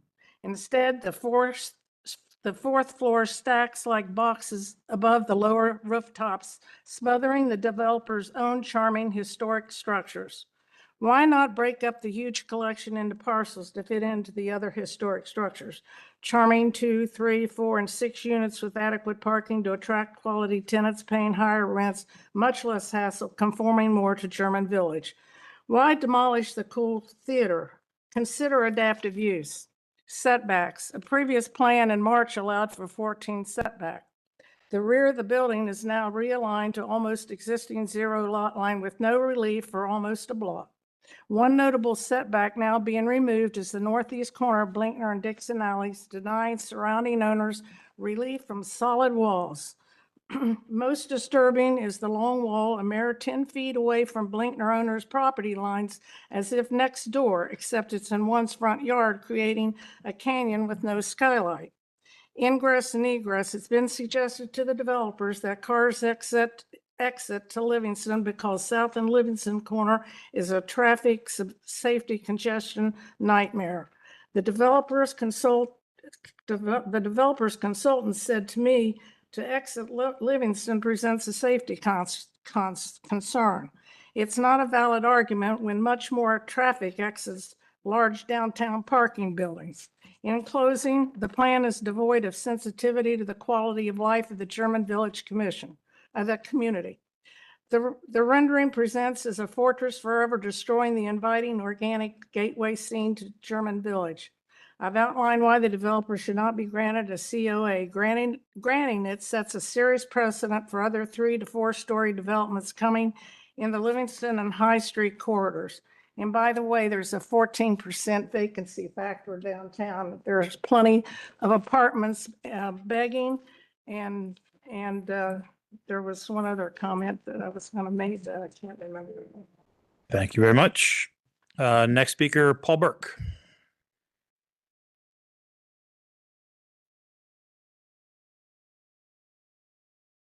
I just came here from a tennis match, so please excuse my attire. Sure.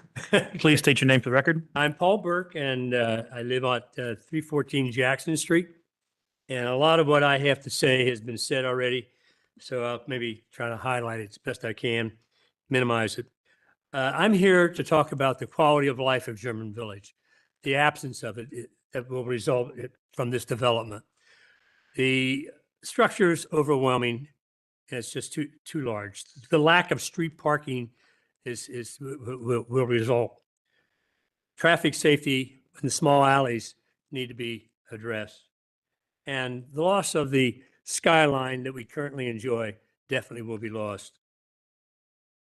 The traffic, I can talk about the parking for a minute. A few years ago, I stood up here and presented to you a parking study that I conducted. And it pointed out, I can give you the conclusion. The conclusion was that there was not adequate on-street parking for developments such as this. Also, I might add that the recent developments that the city has come up with, the parking permits and the sign regulations, by some estimates, will take away 300 to 400 parking spaces. So it's just nothing but compound the parking problem that this development presents. I want to show a demonstration of what probably it will look like. I think maybe 10 feet, the alley's 10 feet, 11 feet wide, something like that. If I stand here, if I hold this sign up, that's say 10 feet, all right? That's not what the residents will see. You'll have to go up 3 more stories. It's about 35 feet, which is a 2-story building. And we're talking about 3 and 4 stories. So you see what's going to happen to the pleasure that they currently have of openness, spaciousness, blue skies. It's all going to be taken away. It's going to be very confining, claustrophobic, and it's going to be loss of quality of life.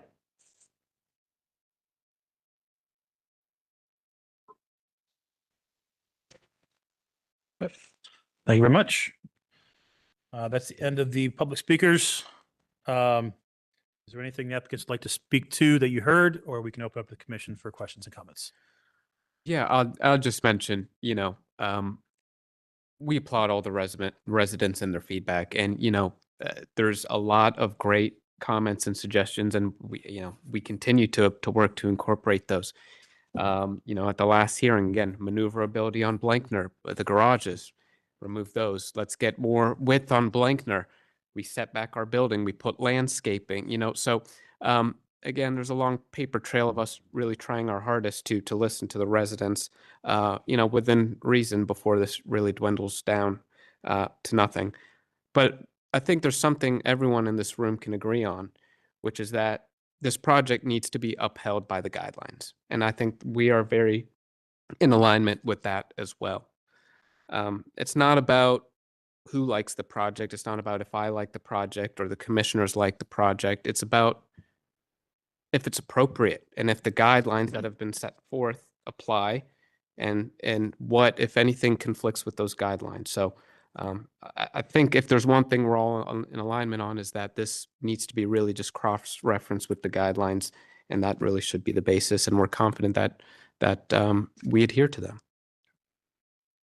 All right. Before I open to the commission, 2 items. We do have one other, an emailed in comment from Mr. Mark Moorhead, residing on Whittier Street, who said he was in favor of the application. I won't read through the full text. And Commissioner Yin, who is not here, she had an emergency come up. She did provide some comments that I'll read in. Just know that she's not here. She can't vote, so take them for what it is. Commissioner Yin stated, I appreciate the revised package has included more material information. Comparing what was presented a few months ago, I fear the design has not changed substantially. I agree that the existing parking lot use is not desired, but I disagree that the proposed development is a better scenario for the site. Once approved, it'll be gone forever. To me, the biggest hurdle for the proposed development is still massing. I appreciate that the design has attempted to break down the massing with various setbacks. However, due to the nature of the building size, the design still feels like a solid wall with inadequate breathing room, in quotes, in between units, which departs from the historic pattern and character of the village. End of her comments. So commissioners, questions, comments for the applicants? You want to start, Ned? Sure. I want to start with talking about lot coverage on this.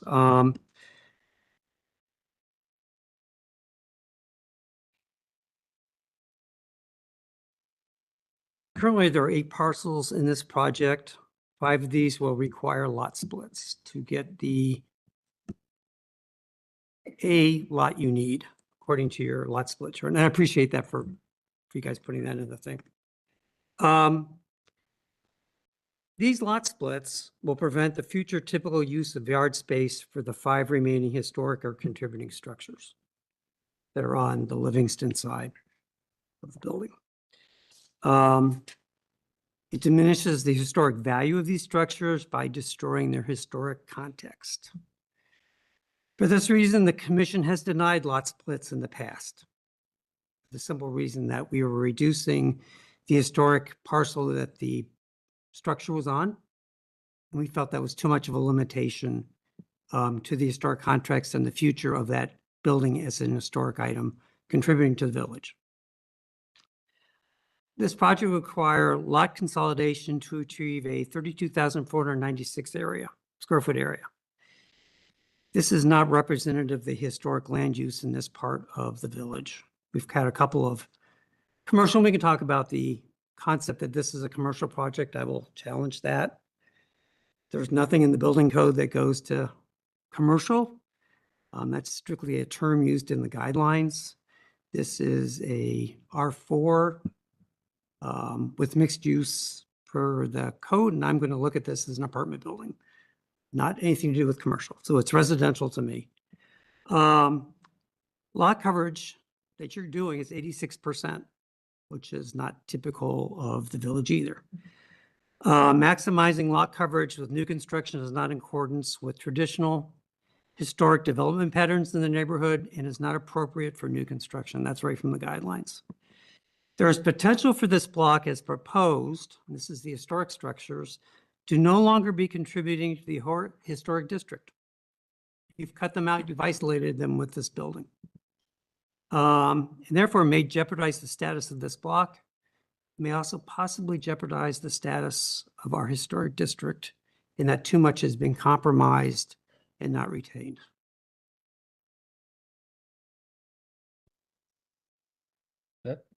That's my lot coverage piece. Okay. Massing, I agree with everyone else. The massing is way out of line. There are setbacks. They're not sufficient to make this building top 3rd and 4th floor disappear. If they really disappeared, we wouldn't care what color they are. And yet you're proposing 2 different colors to seemingly pass it over. As an architect, that doesn't work for me. That's architecture. They still exist. They're still there. The massing along the facades and stuff in Livingston, I think, is very nice, but it's not true massing. It is not the full depth of what a building in that case would be. We can talk about the heights. We can talk about roof shapes. There's not a lot of flat roofs in this area, and you've got a whole lot of flat roofs on top of this building. And we can talk about the top floor. It's rather mundane. It's not very creative use of materials. The window spacing is consistently not coordinated or respectful of what's going on the 1st and 2nd floors. I think the use of board and batten on the 3rd floors, up to the 3rd floors, and clapboard siding at the top is, to me, signifies temporary, inexpensive, low maintenance, not exactly typical background stuff, which I agree you're trying to do, but I don't think it works. kind of me in a nutshell without going into too much depth on this. I would really like to see what the elevations of this building are behind the existing historic buildings, so we have an idea what they're going to be looking at. You have, to consolidate this, you have taken parcels and pieces from those existing building lots on the side and on the back, which again, kind of destroys the context of what those buildings exist in.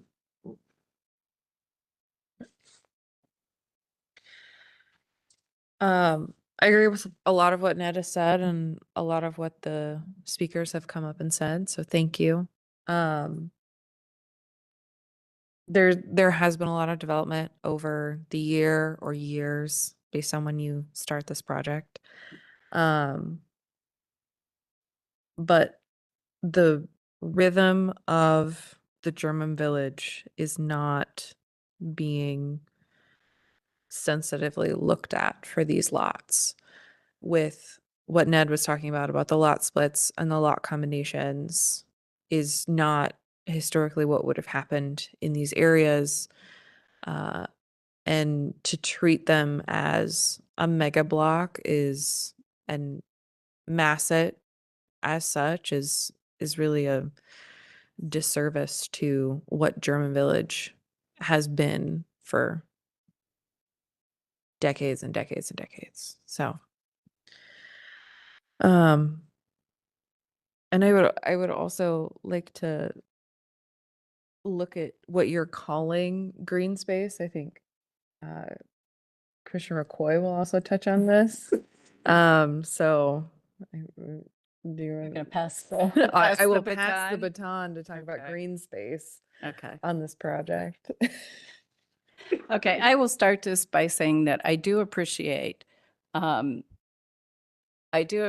what you've done in terms of articulating the facades and listening to comments that have been made, not only from the audience, but also from the commissioners. However, the one thing that still remains that has not been changed is the lot coverage, the open space. Traditionally in German Village, there has been development with little setback at the front property line or rear property line, but there has been interior green space.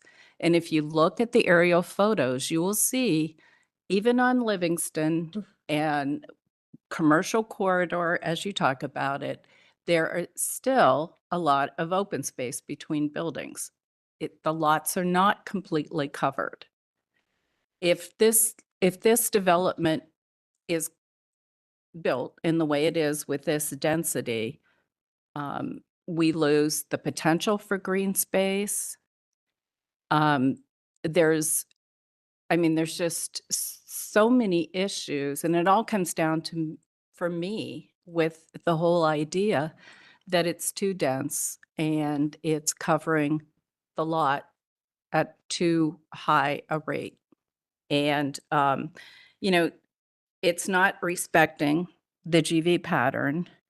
It's much more dense than the surrounding blocks. The loss of green space and potential vegetation is enormous for this proposal. Guidelines, site deviation for lot coverage for commercial structures, you've cited that. However, I don't believe this is a residential project. And I don't believe the spirit of the German Village guidelines when they talk about commercial structures is a residential project.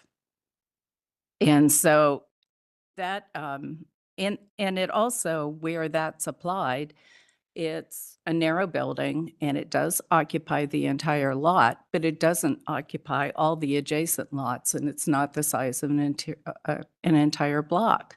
Where that does occur in German Village, it historically has been an industrial building, manufacturing building, something of that sort. And those were lot lines on those parcels were the entire block.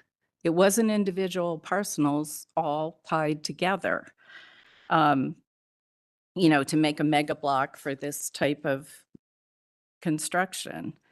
So new buildings are to be designed to have a similar proportion and pattern of structures versus open space, maximizing lot coverage with new construction and leaving little outdoor open space is not in accordance with traditional historical development patterns in the neighborhood and is not appropriate for German Village. And that's directly from our guidelines. So the other thing that I see is you're asking for a higher density. And there are, if we were to accept that and accept more height than the buildings, the way in which to mitigate that would be to provide open space that would have trees that would begin to make the site more palatable, both to the people who would live there and the people who live surrounding it. So I can't support this based on the amount of lot coverage that is there. And if I were to begin to support that, to understand how it applies to our guidelines, I believe that it would require more sustainable practices being outlined in the way in which these buildings would be developed. And it's going to require more trees, more green space. And even though you've provided some areas that could receive landscaping, the landscaping plan is just not a good landscape plan. The trees that have been proposed are not appropriate. If you were going to try to put trees in this area, they should be columnar trees that would have height, that would help to mitigate the mass of these buildings. And instead, you're proposing a much smaller tree that will never reach that height. And it's also a much greater spread. And you clearly don't have room for those types of trees. So I feel like, and I understand you have to get over the hurdle of masses, but I feel like the landscape plan it just doesn't work at all. It's not supportive of the architecture. It's not supportive of the village and the village green space. Are we able to pull up an aerial here while we're? Google Earth view of it would be helpful. So is it okay if we respond to a couple of those comments? I think the predominant comment is lot coverage. There's a debate to be had whether this is considered a commercial building. It's certainly not a single family residential building, which is the standards that are being sort of enforced on us. But in majority of contexts, this would be considered mixed use. It would be considered commercial. And for the record, the guidelines say commercial buildings can take up an entire lot. And they're typically located along major streets and leaving a small service area in the back. You look at our neighbors, you look at the kitchen, that building takes up its entire lot. There's no tree. There's no trees. There's no landscape. You look. Only one. What about Key Blueprints? And Key Blueprint. Okay. Oh, that's so. I mean, that's just within this area. We could go down Livingston, but the theme on Livingston is that the commercial building takes up the whole lot. That is what it is. And that's way more than 81%. But it's one lot. It's not the entire block. I mean, Key Blueprints takes up from street to street. And we're not literally taking you keep saying it's a full block. It's 80%. There's still 20% of open space. So it's not the full block. I think definition of commercial is Key Blueprint. It is the kitchen. It is the artisan glass building, those kind of things. They're one story and they take up what was originally a parcel laid out for them. To do this project, you have to consolidate several parcels. And even if this was a one-story building, what you're doing to the historic context of those parcels and the historic buildings that are already there is inappropriate. So on that note, if I may, those existing buildings, if you don't mind zooming in on those Those aren't your traditional residential buildings that have the backyard and the garage on them. They're At one time, and they still have that potential. there's- Until there's- this is built. okay, but there's a parking lot right there. They literally don't even have a backyard. They currently have the potential to have a backyard.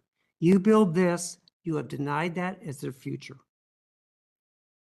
We have done that reasoning for split lots in the past. Okay, so the argument is that we're cutting down on the historic fabric of the existing buildings because they could have the potential to have green space along Livingston. Single-family residential Could have more. could have appropriate a use. backyard on Livingston. And that's the, Ancillary buildings back there, the 50% open lot, everything else that's described in the guidelines. so the New appropriate, construction could call for. the appropriate use would be to have single-family structures with a backyard and a garage on Livingston. That's the That's the positioning. historic, I'm not saying appropriate, that's the historic pattern of this block. Hmm. Oh, I'll make a comment. I'm not maybe the one on the commission who's not fully opposed to footprint. I do have concerns on it though, that I think I can personally get past. However, the National Park Service, the Secretary of Interior's standards, which we list as a document that we can reference as part of our historic preservation chain of custody, states in their standards, and it puts it very well, that new construction should be appropriately scaled and located far enough away from the historic buildings to maintain its character, to maintain their character, and that of the site and of the setting. I've said it before in previous hearings that what this development is doing to the existing structures, what lot coverage is being foisted upon those structures, what is being done in context of the site of the historic structures, there has been no real feedback from you, the applicants, about those structures. We ask about it and it gets glossed over. It's not addressed. The bendy building on the corner, the trash back there, their patio and everything, you are a few feet away from that building. We're claiming that this is a commercially zoned area, and then we can put a commercial building in here. But to make it fit the character of the neighborhood, we're applying residential design characteristics to make it fit the neighborhood, which should state that the characteristics of the neighborhood is predominantly residential, and that just because it's zoned commercial doesn't mean that you can take a commercial lot coverage and scale and just add on the dressing of residential, and it's going to be compatible with the development pattern of the neighborhood. In the guidelines, page 7, there's a statement. German Village grew and developed before anyone thought of zoning regulations. As a result, businesses are scattered throughout the neighborhood.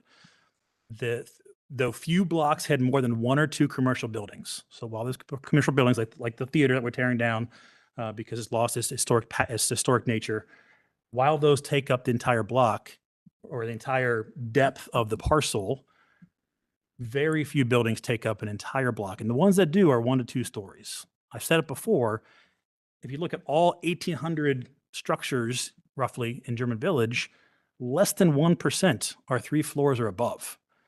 And we're cherry picking the church, we're cherry picking the industrial building at the very south end of the village, the entire distance of the village away, to justify height. And we're saying, okay, it's commercial, so we're going to maximize the footprint of all these lot pieces. We're going to go as high as we possibly can. We're going to go to 4 floors. We're going to step back the 4th floor a bit to make it fit, but it's not meeting the overall character in its entirety. At the surface street level, looking at just the facade, we can make the case that, and I am of the opinion that what's been designed for the facades is getting to an approvable facade arrangement. One of the things that came up recently that I think helps explain part of why I have some consternation about the scale and the density of it. So the current proposed land use that they had a hearing on the 19th about. They talk about this corridor and these General 1 and General 2 parcels, and they call out in their description of these things that mixed use in terms of land use would be 3 to 4 stories. I think there's pushback from us that 4 is appropriate for the village. I think there's pushback about 3. I think I can get to 3. I can get myself there. I don't think I can get to the 4th. They also state that the development of these mixed use 1 parcels would be 24 units per acre or 72 bedrooms per acre. Your development, if you take the entire conglomeration of the sites that you're chopping up, is 0.775 acres, less than 1 acre. So you're at about 86.5 units per acre, which is 360% of the land use stated stuff. And you're at 112.25 bedrooms per acre, which is 156% of the land use. The number of units per acre is actually more on your development than what land use is saying is appropriate for the far west, those UG or the UC2 parcels that are allowing potentially 5 or 7 if it weren't in the historic district. So I think it speaks, while this is not official city documentation, still in draft form, I think it speaks to what we are experiencing with the design of the over massing, the over shoving stuff onto this parcel, and it's not fitting what the guidelines, what the development pattern of the village has. Now, that said, I think there's some room to discuss, in my opinion, but there's still a lot of details that need to be addressed. The comment has been made over and over and over that you must vary 1 and occasionally vary 2. If you read the language, it says you generally must vary 1. It is not a direct mandate. It's not a strict guidance. There's flexibility there. Just because you can vary it doesn't mean you have to vary it to the maximum extent. There's nuance to the variance. You are varying massing in all its forms, from height, from lot coverage, from all that. You're varying details, the window types. You're picking window types from industrial building and trying to put them onto buildings that would not have 6 pane windows and 4 pane windows. They're not the traditional window sizes on properties dimension wise, which is outlined in the guidelines. We're taking modern interpretations, which in of itself is a variance of the historic detailing. So you are varying the details across the board. So now you varied 2 things significantly. All that's left is materials. And if we start looking at materials, we're starting to vary those 2. So in essence, this is really varying all 3 to some capacity. Is there a perfect world where we can vary all 3, make it work?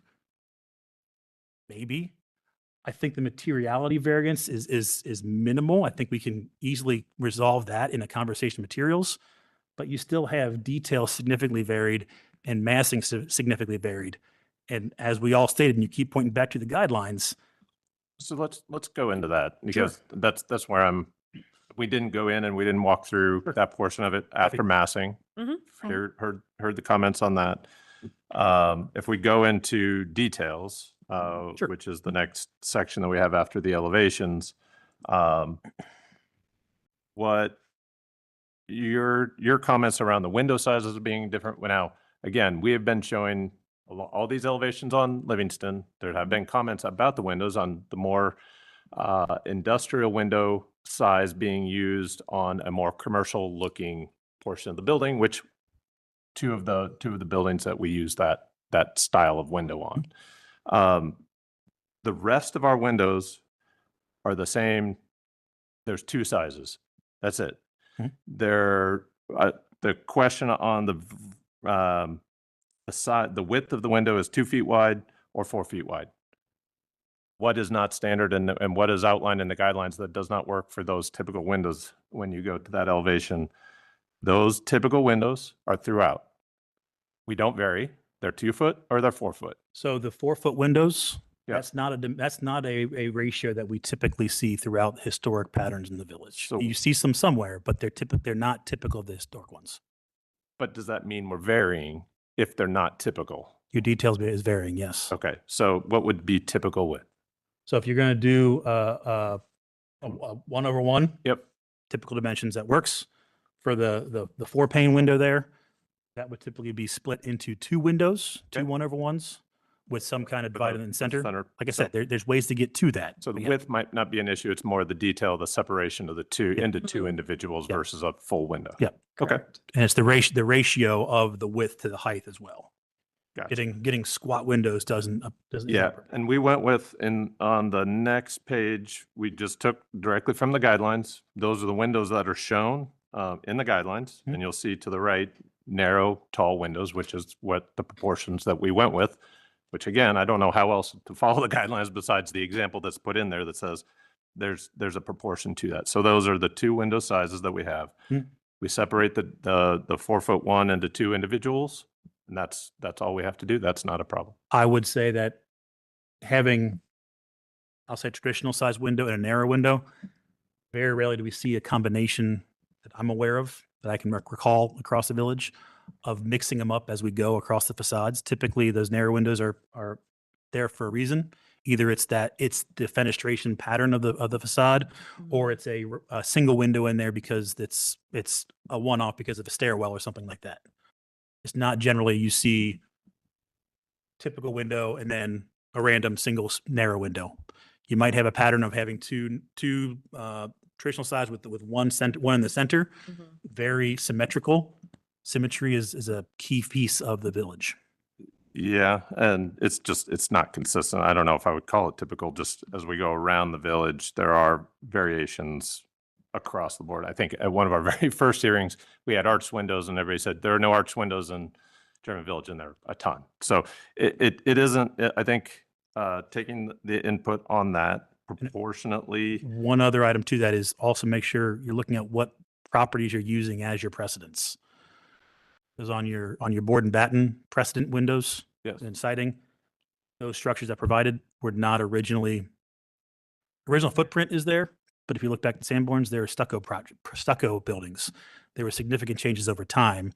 If it's not the historic pattern, it changed. There's a gap of time before the commission was created, and then from the commission to the guidelines. So the next page, we're just following the guidelines on the width of the board and batten and That's fair. siding. So understand that what we maybe used as precedent. It's hard for us to know exact history on every parcel that's in German Village. So we're just following the guidelines for board and batten, smooth finish, no faux wood. Any other concerns around? So windows, On the trim of the windows and the board and battens, I would challenge the trim style you're using. Again, you're pointing back to examples that have been altered over time. The traditional window details are listed in the guidelines, page 78, I think. Okay. But you have your proud header and sills and that kind of stuff. I did try to go around and look for board and batten examples in situ to look at stuff. There's not a whole lot. Not a Most of the whole lot, board and right. batten is all on additions or on dormers Right. or ancillary structures, not on the main entire structure. which is, if you look at our design, we did try to keep a lot of the board and batten tied to shorter, the flat roofs, and then use brick on the more pitched. Not on all of them, it's not consistent, Understood. but it was supposed to help create that variety within it, but try to work within that scale.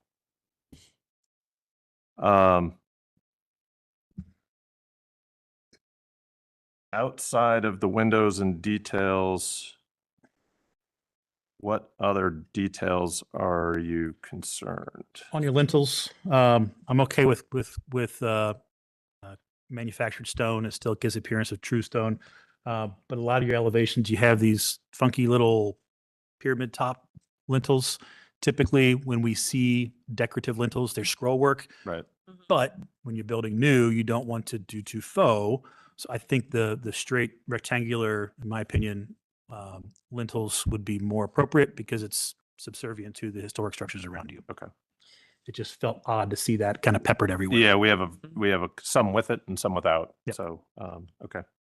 We'll make that more consistent. And I couldn't tell with some of the elevations if those lintels were actually in coursing. Some of them looked like a little bit off, either they looked a little bit short. So just pay attention to that. Yep. Yep. Along the lines of the coursing, I question your patterning of your brick. Okay. So in the guidelines, it states in there common bond. Yep. And you guys have a whole bunch of random stuff in there. You got big old bands down the center of the elevation or the facade of soldier course, which seems to not be very typical. This is where it gets challenging when we're asked, we're not trying to recreate the historical, right? We are trying to take a material, brick, use it in a new way, a modern interpretation. In this case, the way that we're coursing the brick does that.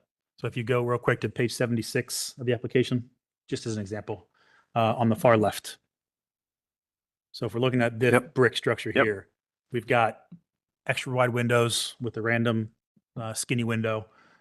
We've got I'm assuming it's a rendering effect, but the lintel above the top window is way too chunky and thick. It doesn't extend past the opening.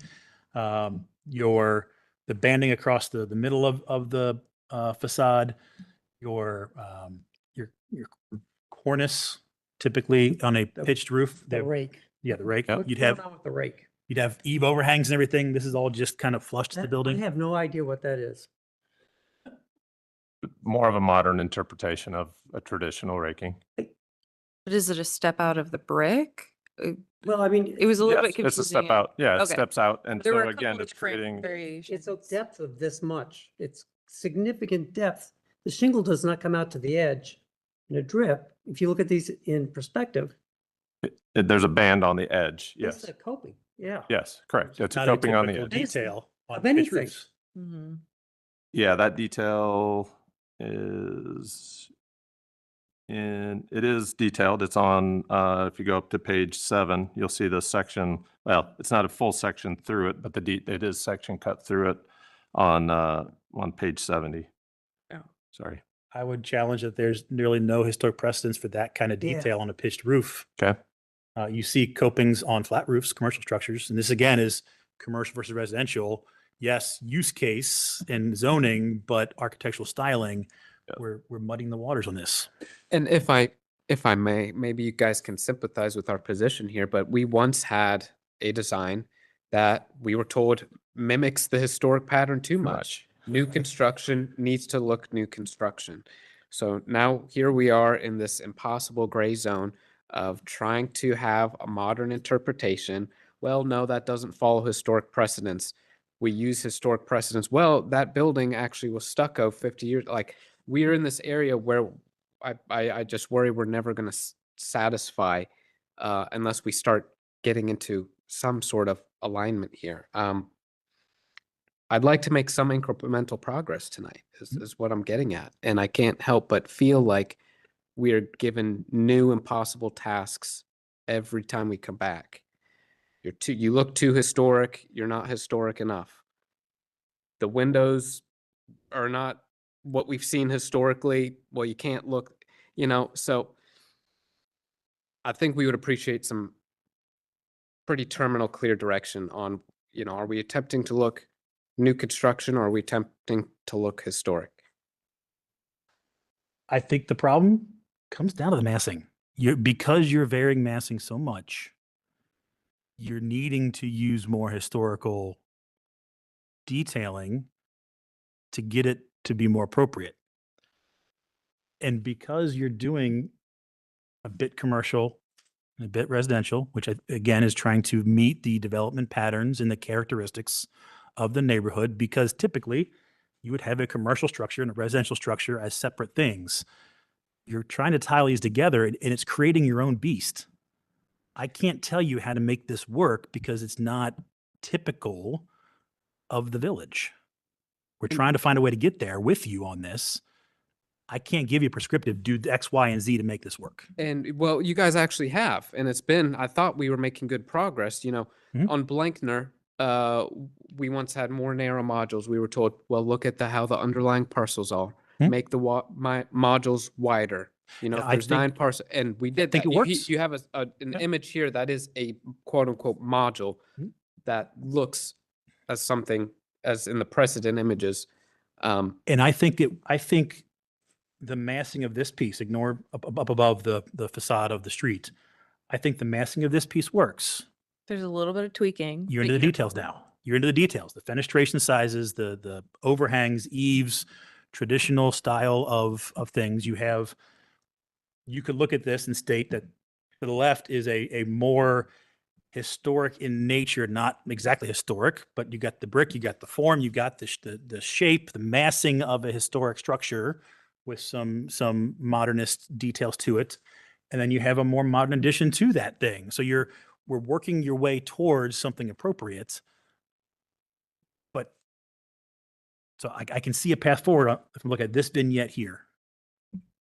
But you want more historic so that if we're going to vary massing, you want us to basically go to pure match exact, like the historic context, don't vary any of these details from I'm that. not saying don't vary anything. But Just vary no, all of it. I'm saying it because it's like what we're getting to, we're slowly working towards that. And it always worries me as an architect that we're going to try to recreate historical, which isn't the intent of what new construction is to do. I So might say it should be compatible, And- but just divergent enough to distinguish it from historic. okay.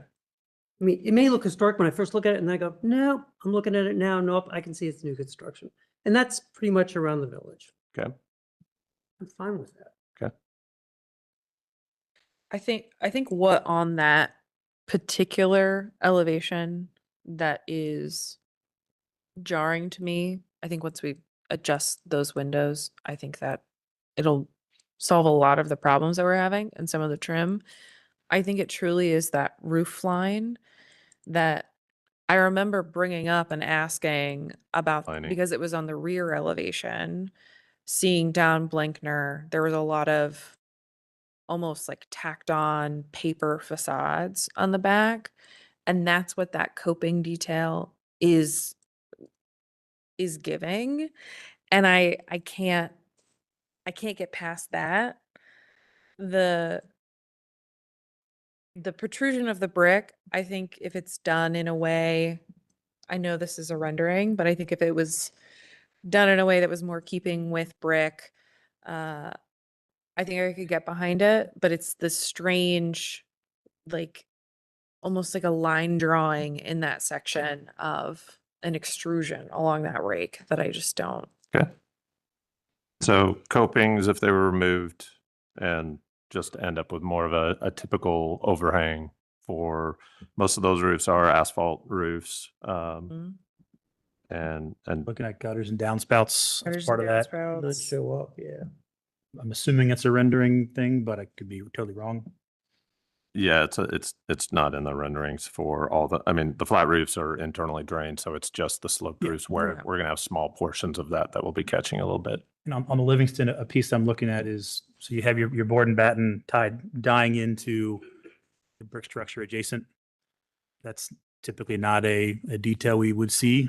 I'm not sure how you resolve those kind of details. Can you repeat that one more time? Sorry. Yeah, if you go to the application page, 10, any elevation of Livingston. yeah.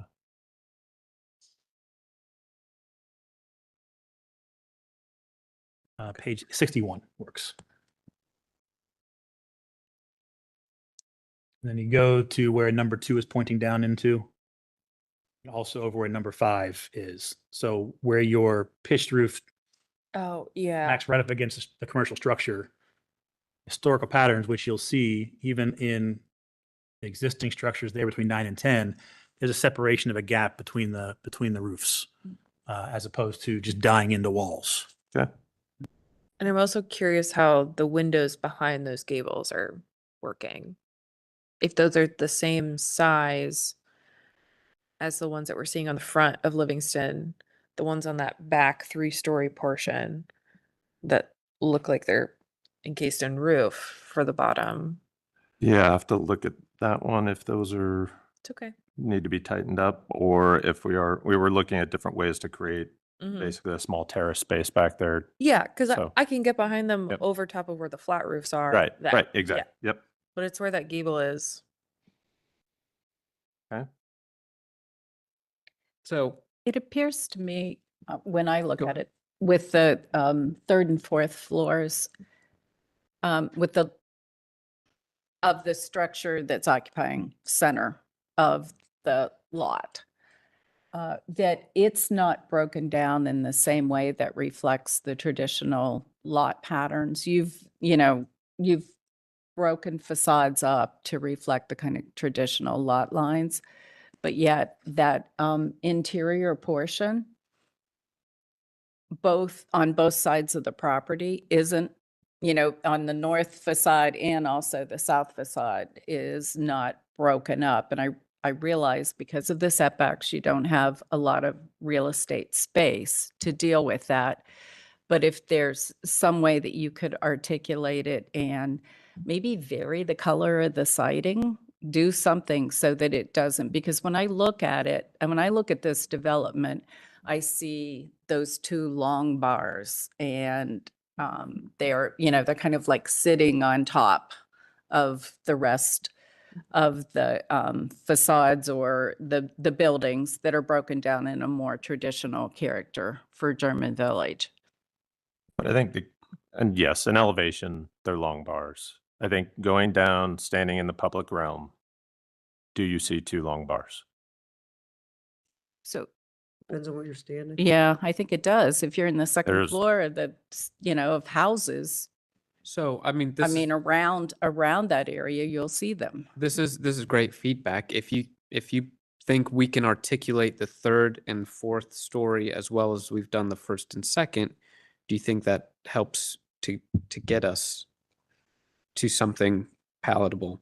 Well, the other thing that I would add on to that is because you do have some flat roof space, can those become roof gardens? Can you add trees in pots up there, some things that begin to break the scale down and introduce, living green into this block? I mean, I feel like that hasn't been explored with this You development. talking about the top of the fourth floor?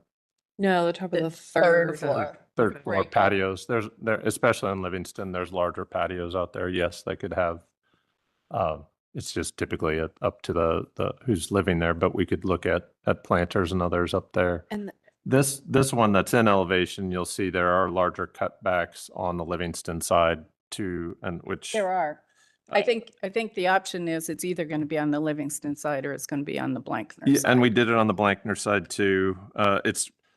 Truthfully, it's really hard to show. That's the problem is actually seeing it on the Blankner side, the fourth floor. It like from the ground, it's almost impossible. Like we walk way back on Cedar Alley just to see a foot of the fourth floor. And that's where, if you went to page 43, like, yes, we can start to vary it, but if you can't see it, it's hard. Like, what is it? What's the value? So this isn't varied. But I can see it. You can, but that's also zoomed in, but But I think the feedback that, hopefully we can start to get somewhere, if that was covered by greenery, some sort of landscaping. Would be helpful. Okay. I mean, when you're in German Village and you look, even though there are, there's a density with little space between buildings, you still see trees popping up. They're above the roof lines. And when those trees go away, it's not nearly as nice. Columbus is under-treed. We need to be able to add as much green as we can. And so if the idea is that the commission is being asked to provide a certificate of appropriateness on this development at this density and lot coverage, there needs to be some green infused into it. And I feel like that's a whole area that hasn't been really looked at. yeah, and one of the early comments too on Livingston, we had pushed back almost 15 feet to allow for more green space, and the comments were, no, bring it closer to the. So again, we have Yeah. old things, but we're Well, getting, but we're getting it's that- multiple like things, like it's not clear. It's not helping. And it's that. Problem is lot coverage. Yes. It is. But And I'm just gonna say, camouflaging the fourth floor with landscaping is not a good solution. And to add to that, I would be unsupportive of it if it was up to the tenant. If it Oh, was something yeah. that the tenant was No, we would- maintaining, right? we- It'd have to be something that the developer maintained. We would There we should would be some- maintain that. Yeah, but there gotta be some long-term agreement in the Yeah. application that says that's gonna be maintained. Well, What that means. Commissioner, I'm trying to get progress here. So, if that is something that, some or most of the commissioners can get behind us incorporating, we'd be willing to do that. I can't get behind. I struggle. I've said this before in previous applications. I struggle with rooftop patios just as a concept. Yeah. There's a few small rooftop patios. There was a Couple I regret. There's a garage that I regret that has a third floor patio on top of a 2-story garage. It's if it's tucked back in the interior, yeah, well, nobody's going to see it. But looking at the plans of the 3rd and 4th floor, they're basically up against the edge. You could make the case that the Beck condos have 2 floors and their patios are on the 3rd floor, but there's nothing up on the 4th floor. Mhm. The only rooftop, any kind of patio, the entire neighborhood that I'm aware of that's that high up is on top of the old St. Mary's Schoolhouse. The Widow's Walk style way up there. So we've had a wonderful staff report. HPO has, been involved, and now, I thank staff for taking a very meticulous look at this. We now have, a former longstanding commissioner also blessing, this project heading in the right direction. I can't help but think if, is there some middle ground here we can get to? Because, the stakeholders of the community and of Columbus, there is a need for this project. And again, I sympathize with the commissioners because we've been at these meetings long enough to see the scrutiny on a cornice, the scrutiny. I'm not an architect, so the terms if I mess up, but the scrutiny on the small levels of detail. And I don't want to say it's our fault or your fault. There's a lot of detail to cover. So we could be here for years if we're going module by module, window by window. Is there a process in which, the commissioners can mark up the plans and provide comments on the details? Like, how can we consolidate some of this feedback so we're not doing 18 meetings? How can we get somewhere is what I'm asking. Well, we're already at 6, I'm pretty sure. I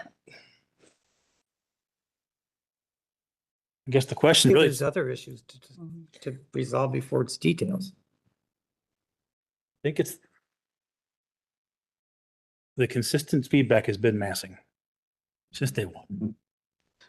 Okay. And I'm the one on the commission who has said that I can get past low height to a 3rd floor, but not to a 4th floor.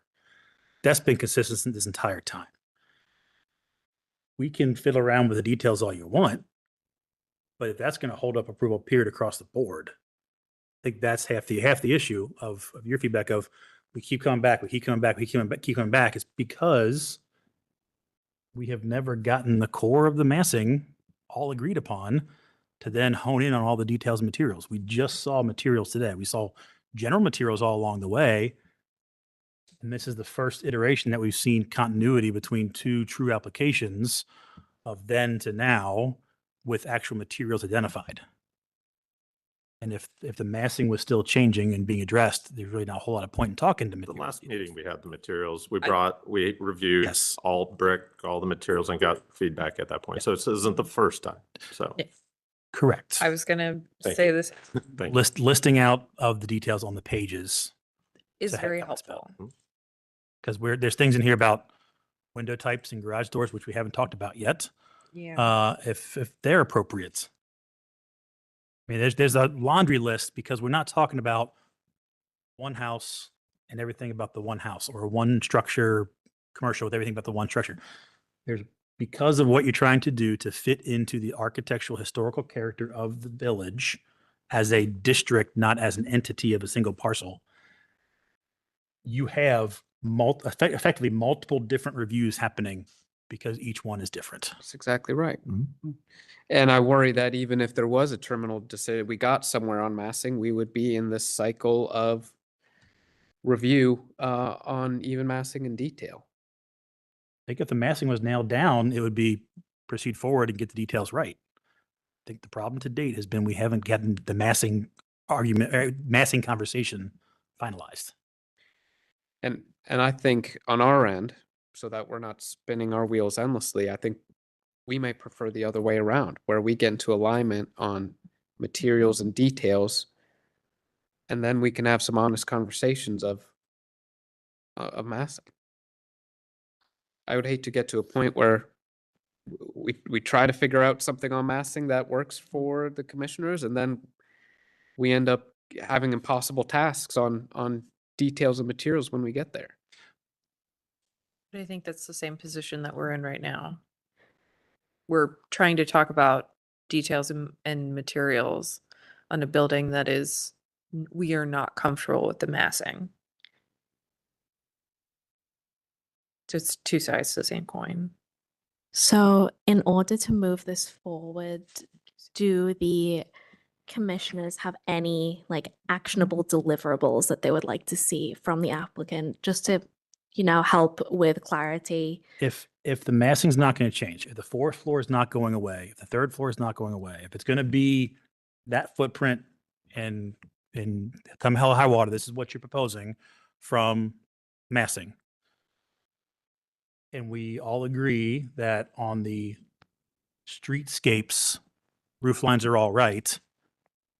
To me, I think we're in the, ignoring the elephant in the room, we're in the conversation point about the details, about the overhangs, the eaves, the cornices, the window sizes, window selections, material selections.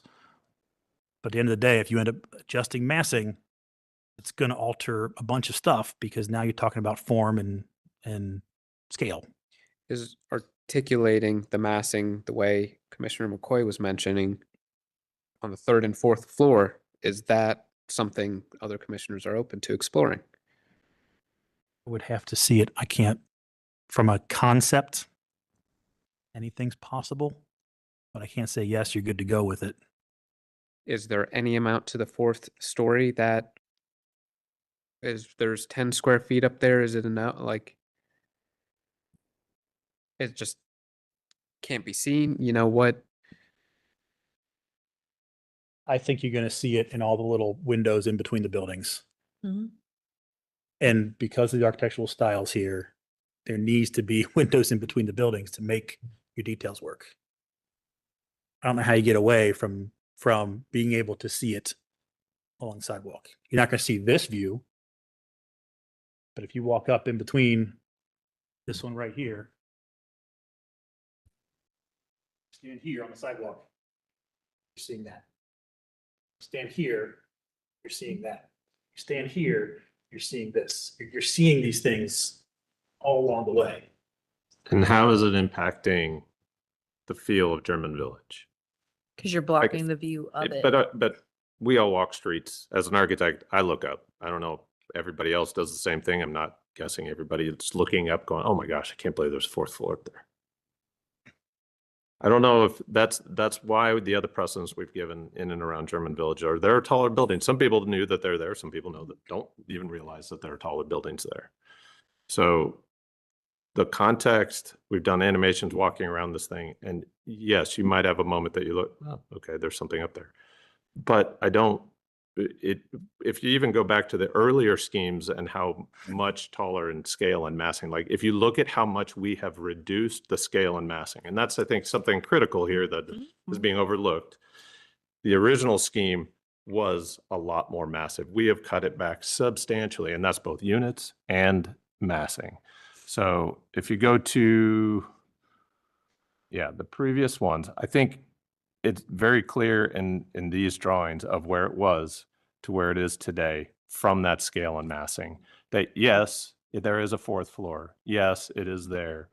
But comparatively to the scale of these previous designs to where we are today is a substantial adjustment. Is that not true? That's true. I think it's a suggestion, but if you start from something that is nowhere near okay, getting closer to okay doesn't make it okay.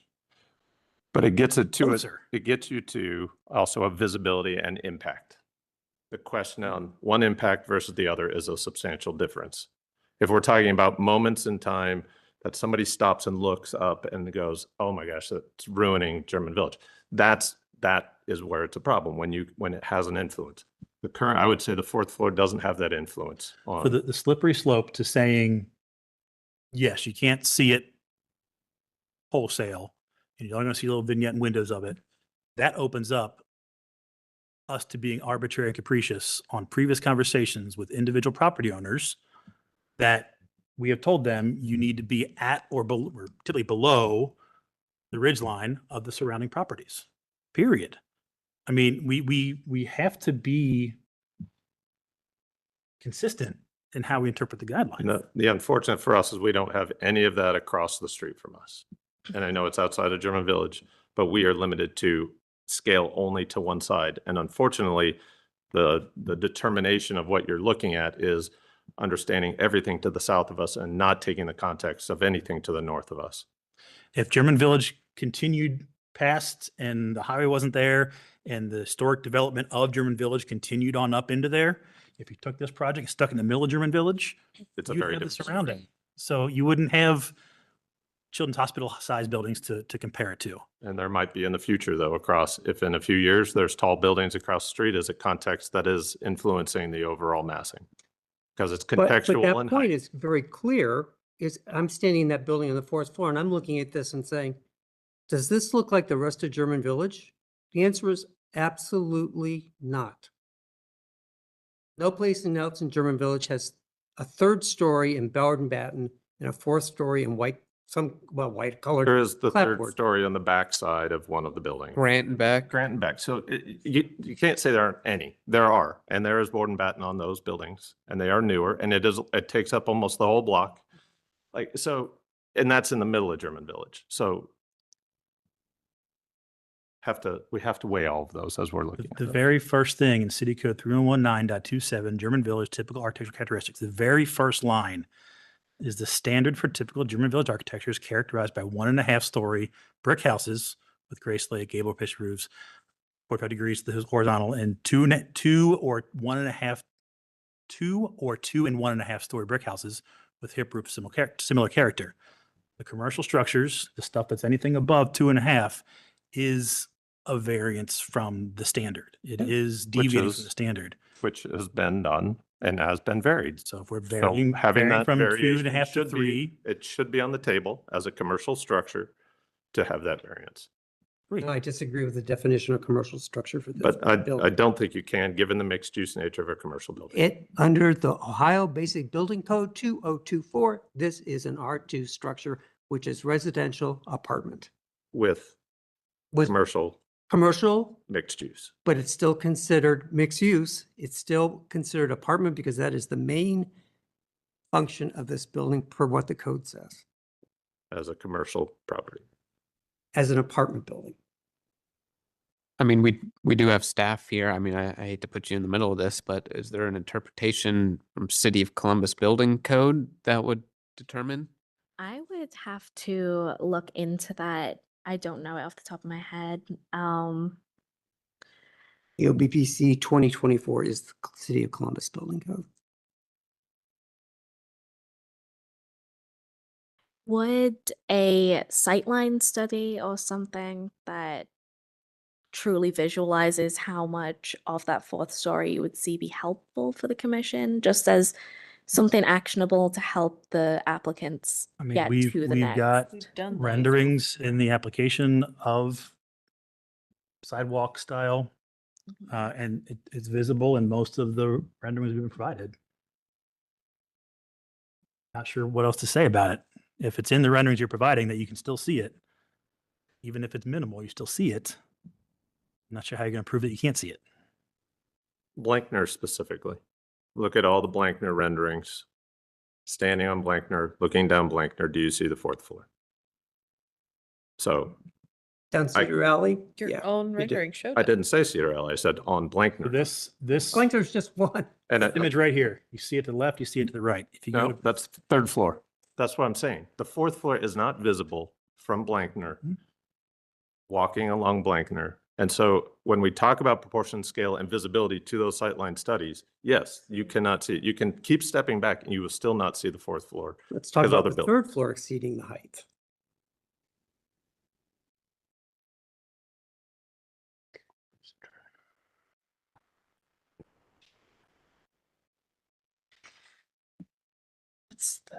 The goal, working with and discussing with other commission members who are on other commissions within the city, the goal of the commission is to work with the applicant to get to an answer, to get to a yes vote on this. The overall process so far has not been helping us to get there. It's been contradiction, it has been pushback, it's been different opinions, different points of view, and different takes across the overall process. It has not been consistent in working with us to get to a yes vote. the consistent feedback has been massing. Every single hearing has been, it's massing, it's height, it's massing. You, the applicants, have been asking us to dive into details, to dive into materials every single time when we were willing to stop at massing. Nothing's been done about the massing. You've articulated a few things, but the fundamental core pieces of whether the massing is appropriate for the historic district and the character district has not been resolved. The fourth floor, in our opinion, is not a visible aspect and not influence of the designers. So that's the difference in opinion of it has been articulated, it's taken out of impact on the overall neighborhood in our opinion. So the fourth floor is something that we've looked at splitting, removing as larger portions of it. It's something that is part of the development right now. The challenge with it is there's a lot of discussion about all these other aspects. But we brought it up, you guys have brought it up too, as we've been looking through each of the applications. And if we talk about third floor, the third floor shape has been driven by the fourth floor. As long as the fourth floor is there, it's going to be hard to get the third floor to disappear. I guess my initial goal was never to make the third floor disappear. I don't think it's as big of an influence. We have set it back far enough to make it removed completely. Again, looking at if we are varying massing, which we are looking for a variance, we are looking for something on that. The third floor in my mind would be that. And if we say that the variance to massing is to have the third floor because that's not typical of structures, then it's how do we get it to be varied in a way that is compatible? It's not that it's a variance and you can just do whatever you want with it. There's still detailing that's got to go into that. Sure. But right now it's a box. It's a hat on a hat right now.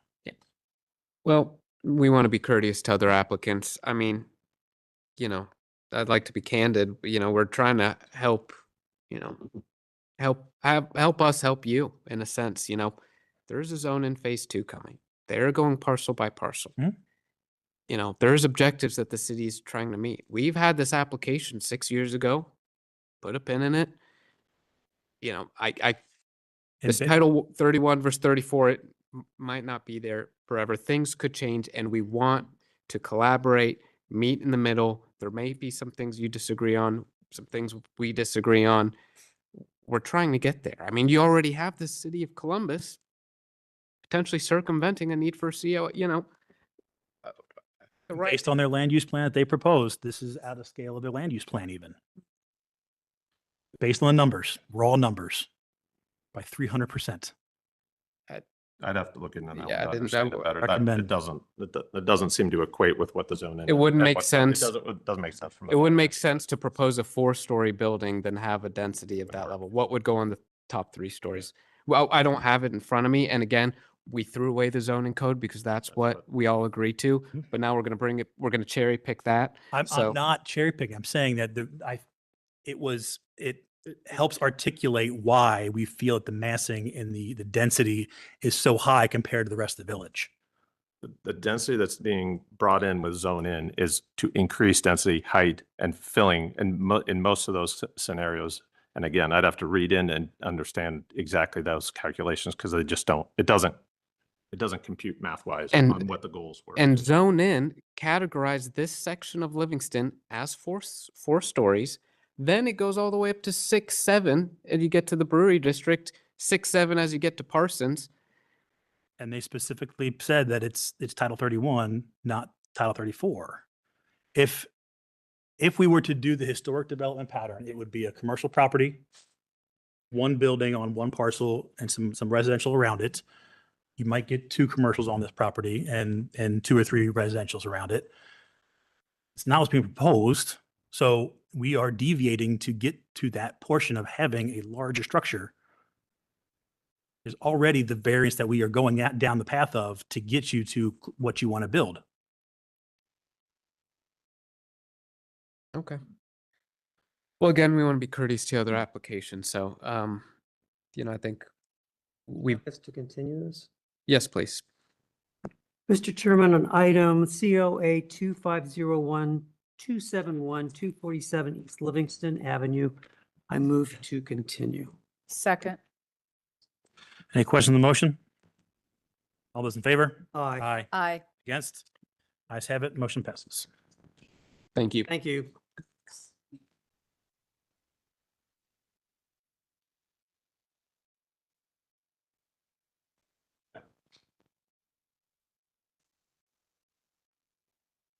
We'll give it a minute for folks to clear out.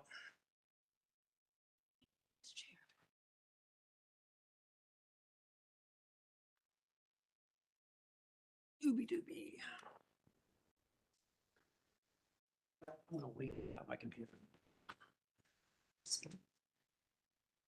Get out, cough up.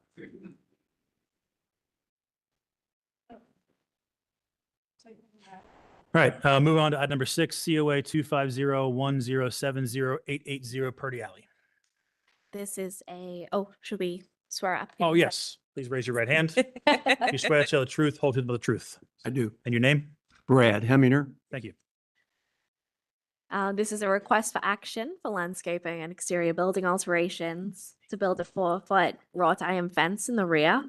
The fence to start on the south side of the brick driveway, to replace the existing wooden gates with new gates per the submitted site plan, to install a new 180 square foot brick patio in the rear yard, and replace the rear gravel driveway with brick per the submitted documentation.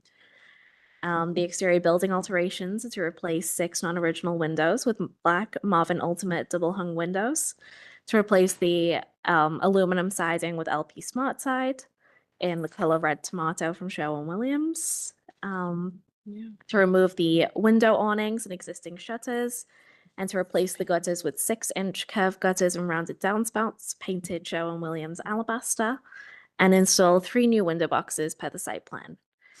At the business meeting, commissioners had the following feedback. The commission asked if there were any code violations associated with the site itself and requested HBO staff to provide a copy of all outstanding code violations for the property.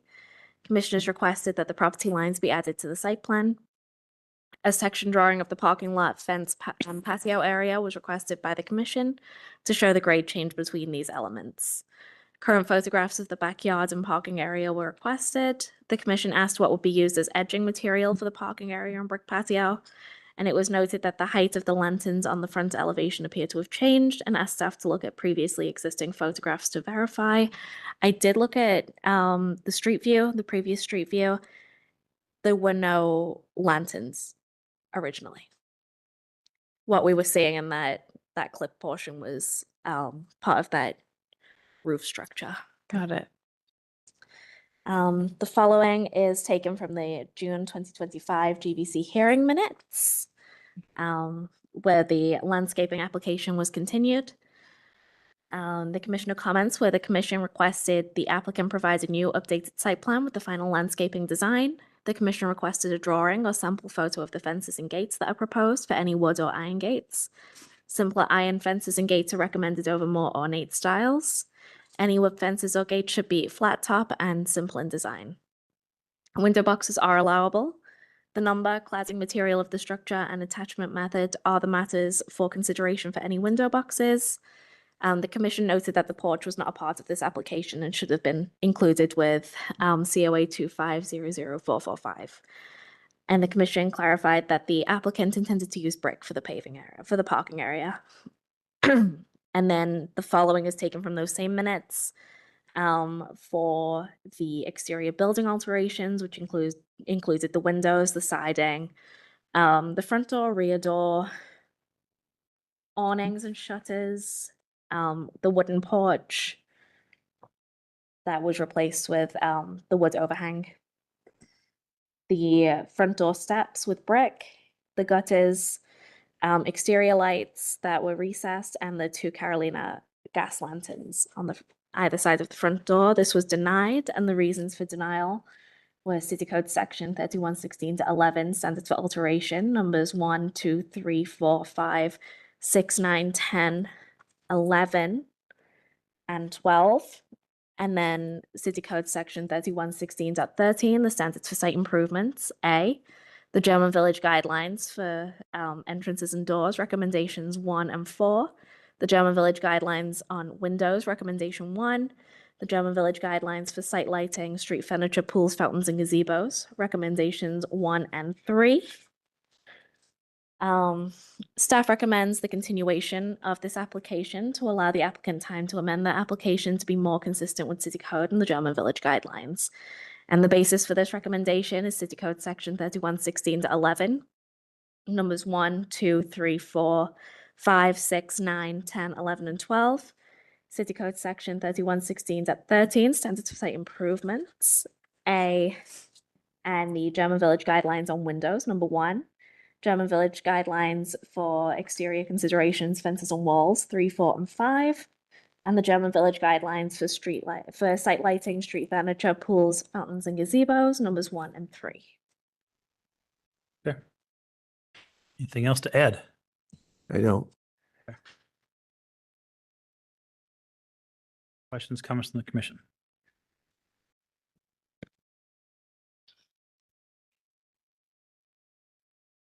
For staff, Yes. so we had an application, Mhm. it was denied. Yes. What is coming to us now different than what was denied? So right now, the applicant is seeking approval for let me find the beginning of my staff report. So what is on the agenda is the things that we got updated materials for. Okay. So that would be the iron fence in the rear, the wooden gate, the wooden gates with new gates, the brick patio, and the gravel driveway being replaced with brick, and then the Marvin Ultimate windows, the LP Smart siding, removal of the window awnings and shutters, and to replace the gutters, and to install 3 new window boxes. Okay. I've included all of the previous materials in the packet as well, and a copy of the code violations. There was updated code violation pictures from November 19th as well, included in the packet. So at the business meeting, we discussed or proposed that it may be possible to split this application and deal with the site work, the improvements that meet the guidelines, and then deal with the issues with the architecture separately. That's what I was told several months ago, to split the application between what you guys were going to approve and what you weren't going to approve. The things that you weren't going to approve didn't get on here. I was originally told that that would go on there, and then I was told that that shouldn't go on there now. So the reason that we didn't include the things that had already been denied is because they had already been denied. So there was no point in Yeah, for that horse. to rehear it, there had to be some material difference between what was there versus what was there. Yes, and because we were outside of the appeal window for the denial, it was the opinion of the historic preservation officer with no new material. We couldn't really include those Okay. on the new application. All right. I'm just trying to figure out what we're Yeah, we looking can at do. specifically Mhm. today. So, all right. So for the landscaping stuff, so we have wrought iron fence. Is this work completed already? It is. Was this completed before the last time it was? No. No. Why did the work continue? Short answer is, we have a granddaughter now that lives around the corner. We had to get this house done because we need to be living there. So the house was renovated without approval. And then it was a code order. And we had a landscaping plan brought to us that we looked at that was never approved. And more work was done on the landscaping. You approved everything on the landscape except for, The wall, brick wall. the brick. Okay. Instead of a concrete, you told us we had to have brick. Got it. Everything else you said was fine. Okay. That's why we went ahead with the work. But I do believe that the approval was never issued. It was a continued application. All right. All right. So from what's on here, the wrought iron fence. This is so what's installed is a hoop schoolhouse fence, page 4 of the application.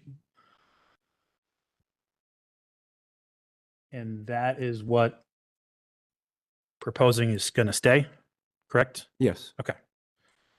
All right. And then existing wooden gates with new gates.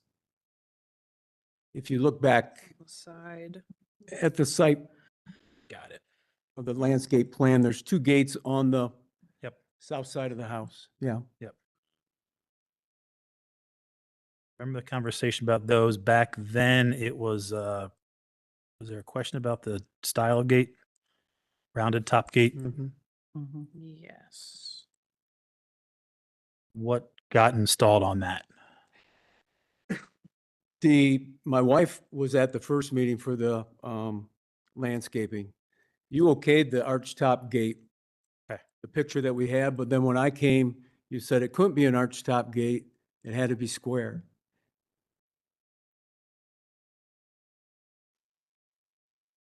And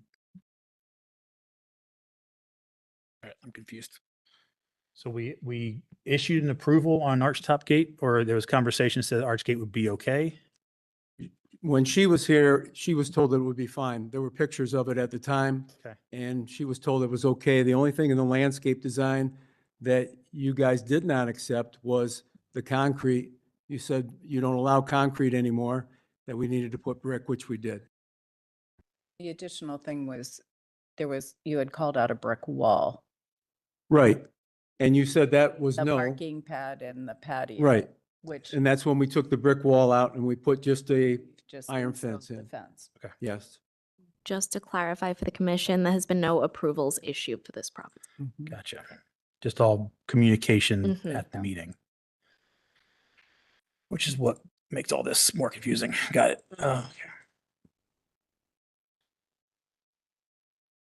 All right. And the window boxes we talked about before, no issues with that. No issues. The brick patio in the back, okay, no issues with that.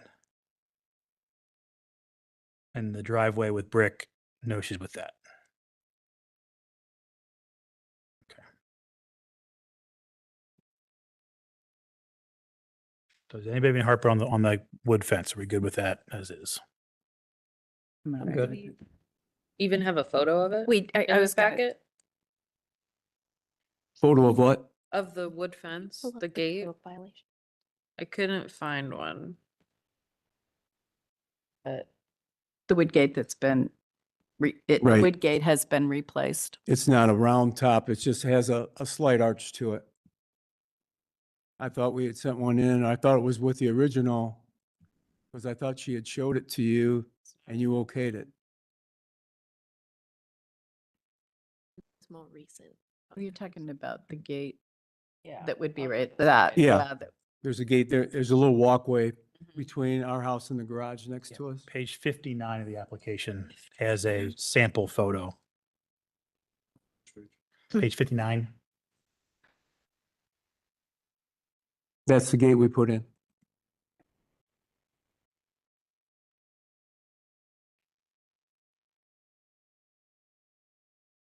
Just what this one gate, there's bigger issues. Yeah, Yep. Okay. agree. All right, so if we're good with the landscaping portion, Are we supposed to break this into A and B? I think, Yes. I think we- Yes. well, I want to talk through it all, Okay, figure out what we okay. want, what we want to put into the Didn't mean to approval. jump ahead of you. Yeah. So for the record, we're getting to the point of saying it's okay to get an application Okay. approval sent. Don't take any action No. until that comes out. All right, so for the exterior building alterations, replace 6 non-original windows with Marvin Black Ultimate double hung windows. This is installed currently. Yes. Okay. We have no idea what the original windows were. You can look at the, Graphs. I thought we had sent in the listing for it. You can see them in the listing. There's 6 windows in the house. Five of them were replacement windows. They were vinyl replacement windows. Okay. One on the opposite end of the house of that was one of the original windows, and that's what it had in it. It had a 6 panel in the top window, solid on the bottom. The window was falling apart. I hope you can see it there. That's the window, the top window.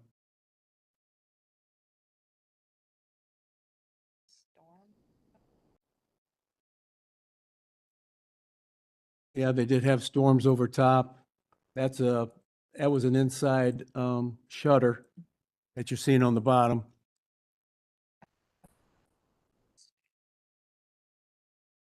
They had 6/1s originally. Mhm. With that evidence of being a 6/1 up there, I'm all assuming the rest were probably 6/1s at one point in time, and if they're replacements, then were incorrect as installed previously.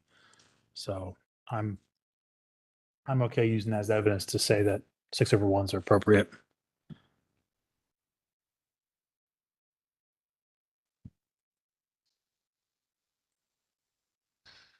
Um, Okay. So, and these were of a approved window list style. Yes. Okay. We can move that up, I think. Mm-hmm. Replace aluminum siding with LP Smart side, paint tomato red. Obviously, we don't really approve aluminum siding, so it was on before the commission. LP Smart side, we have approved. On historic buildings or other We new thought we- construction? We did test cases, and I thought we all agreed that we were good with it. Yes, I believe the test cases have been on not the primary, not the, if it Historic. makes a difference. Yep.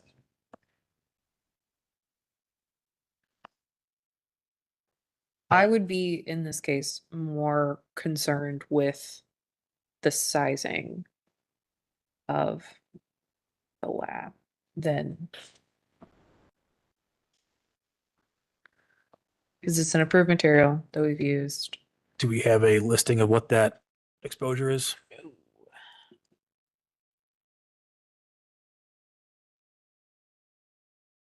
Just from the photos, it looks to be appropriate from a lap exposure. Mm-hmm. Look wrong. I think it's 4-inch. Yeah. And 4 to 5 is typically. But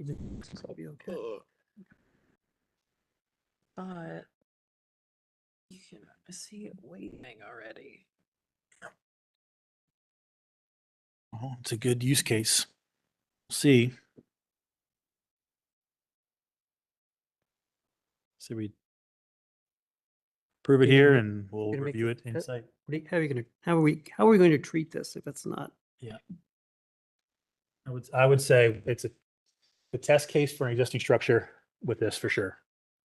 And it's going to give us perfect feedback on whether it works on old structures with wavy framing. Okay. And it's no worse than the vinyl or aluminum that was there before. Okay. Yeah. Justification. Got rid of non-appropriate siding. We put on siding that we could treat as a test case to see how it performs in this application. Yeah, and as you've previously approved this, I think that would be fine. Yep. All right, so we can move that into the approval. Window awnings and existing shutters removal. I got no Not an problem issue. moving fake shutters. Awnings can go up and down, it's fine. That's not to say What we're, about the installation of new shutters? I'm not saying we're approving that, Okay, all right. saying the old ones. I just want, yep. But the new ones are still an issue. Mm-hmm. And then the gutters, They're 6-inch, half round.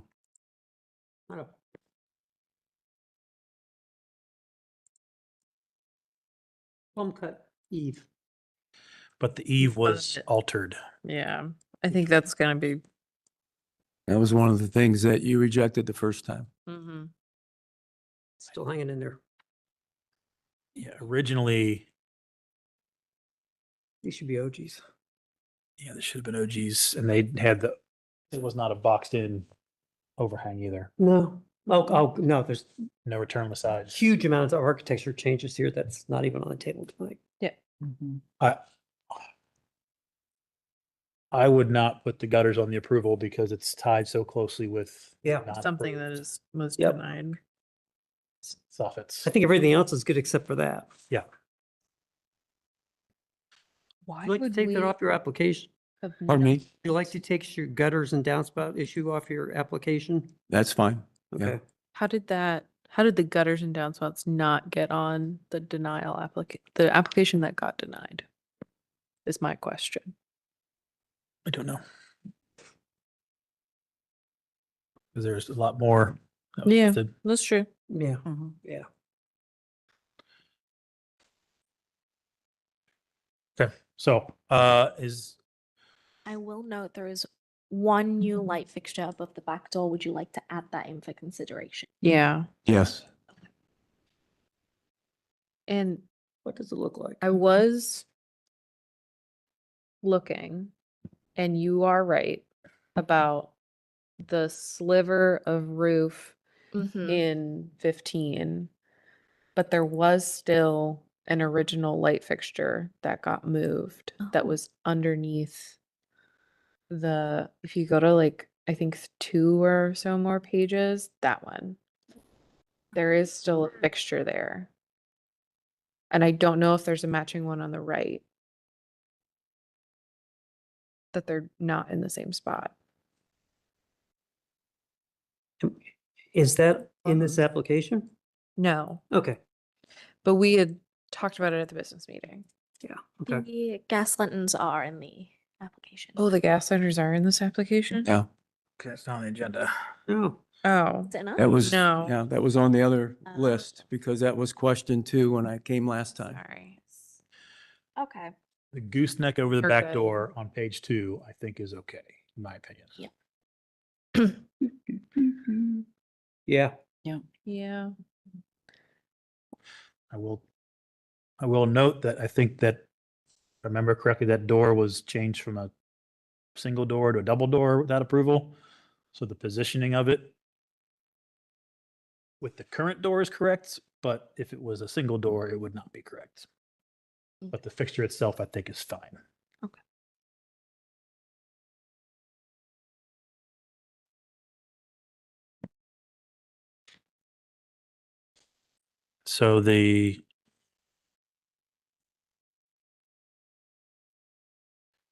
So we're saying that there's gas lanterns or electric lanterns out front now? It's gas lanterns out front. I don't know if that's something that the commission would. It's not on the agenda. If it's not part of the Okay. if it's not on the agenda, then I'm not going to talk about it, but if Okay. it's, There's other stuff. I think those lanterns, they're so closely tied with the porch roof Mhm. that it doesn't make sense. Yeah. Plus, if we talked about them, if there's two, typically allow one per door, not two. So Maybe want to change if that roof I goes believe away. that's why it didn't make it on bigger can of worms. Check a motion? To split. Is there No, anything else you you don't need? have to. Oh, yeah, because you amended it. Yeah. That's right. Is there anything else we need to touch on this, Sophie? I don't believe so. Are we removing the gutters from the application? Yeah, Mhm. and we're adding the gooseneck utility. Adding the light fixture in the rear. Okay, then I don't think so.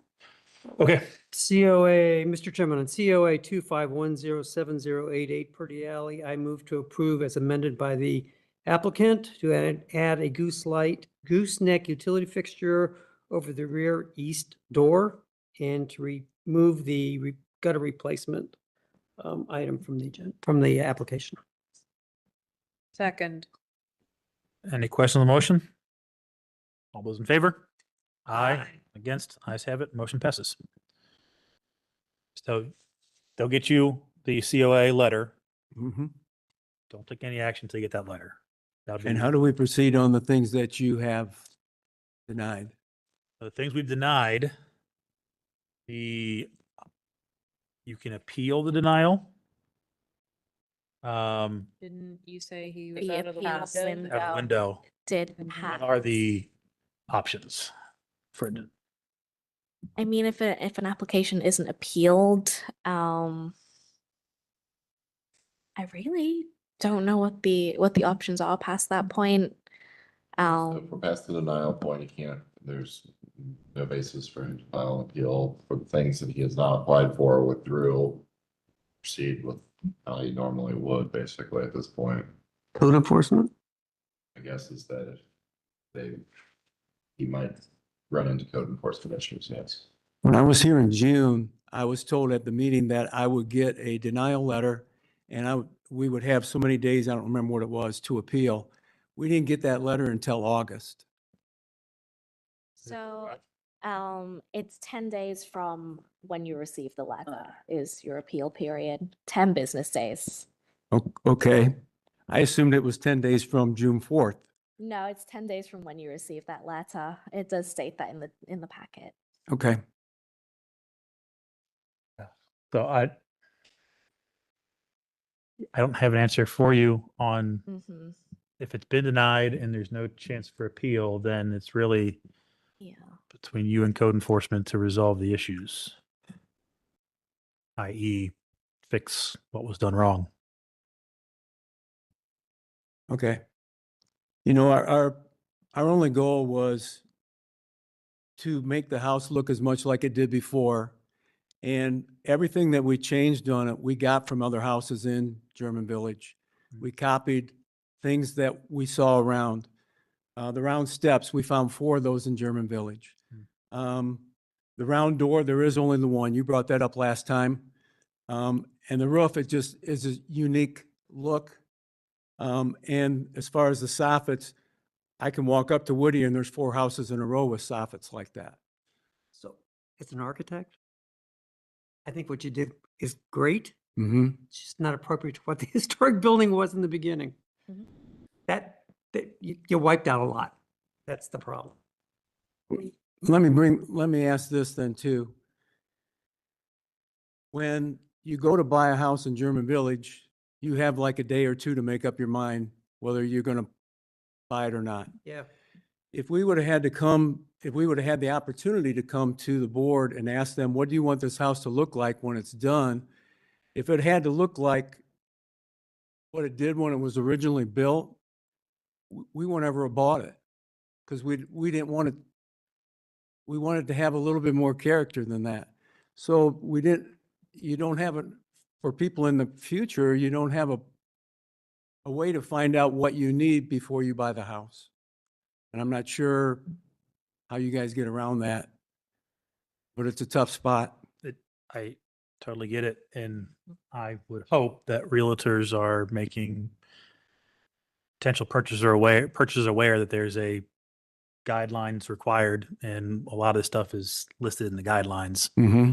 And I did not know there were guidelines. Yeah. I didn't know you needed to present. I think I told you last time I was here, we live in Ottawa County, up by the lake. The only thing you need permits for is new construction or additions. As far as siding, windows, doors, inside, you don't need permits for any of that.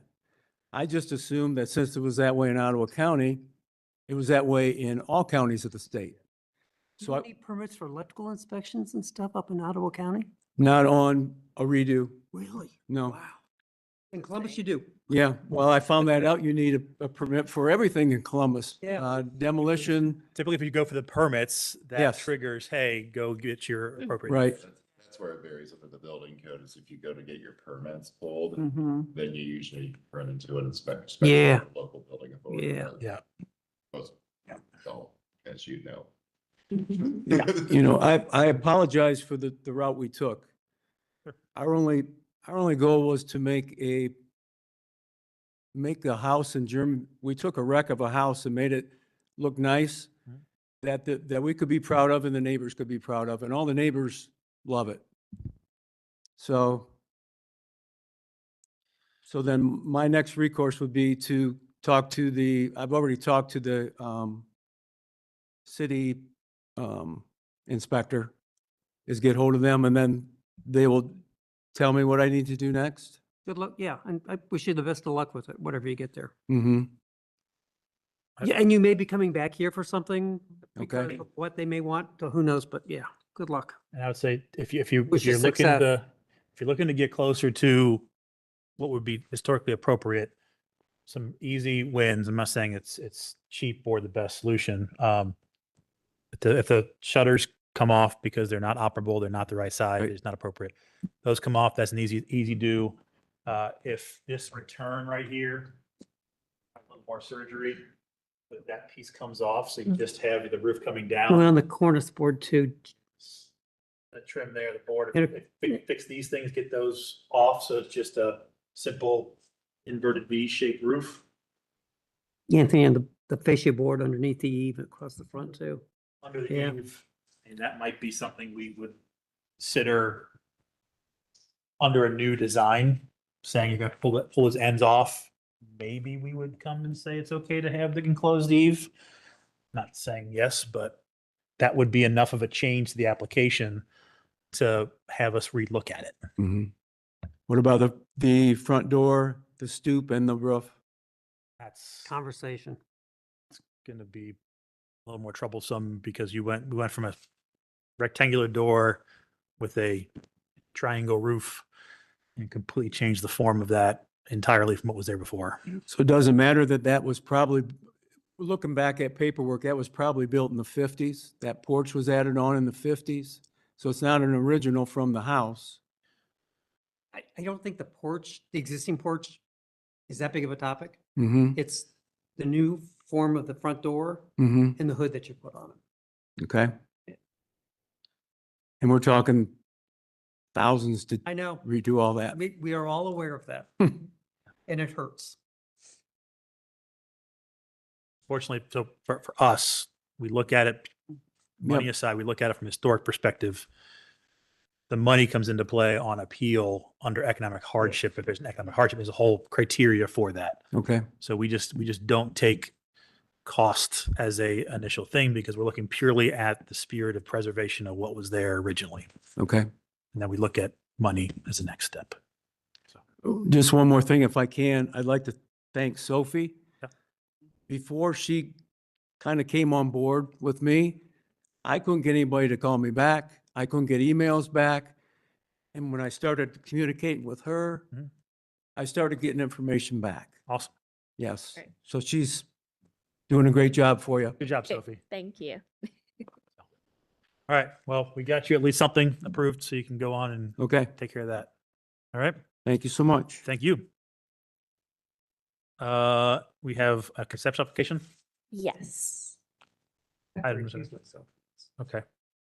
Well, oh, okay. Was there, I did say at the very end, there's an old item, 807 City Park. That was staff approval, I thought. Wait, yes. Yes. Oh, it's not all that. It just got moved, but the link is still there. Okay, never Yeah, mind. All right. It just got moved. You're accusing then. See you, Ned.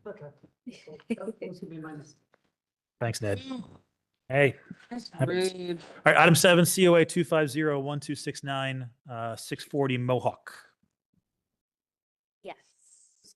Oh, raise your hand. Swear to Applicant. tell the truth, whole truth, and the truth. I do. And your name is? Megan Dixon, Greg Dutton Studio. Thank you very much. All right, Sophie. We won't have. And this is We can continue. This is a conceptual review to construct a new 1.5-story addition at the rear of an existing addition to the residence. At the business meeting, commissioners had the following feedback. The commission requested the age of the existing addition, a better overall photograph of the area of the building that the addition will be built on was requested, and it was noted that the rendering and building photograph in the packet are not of the same side of the building.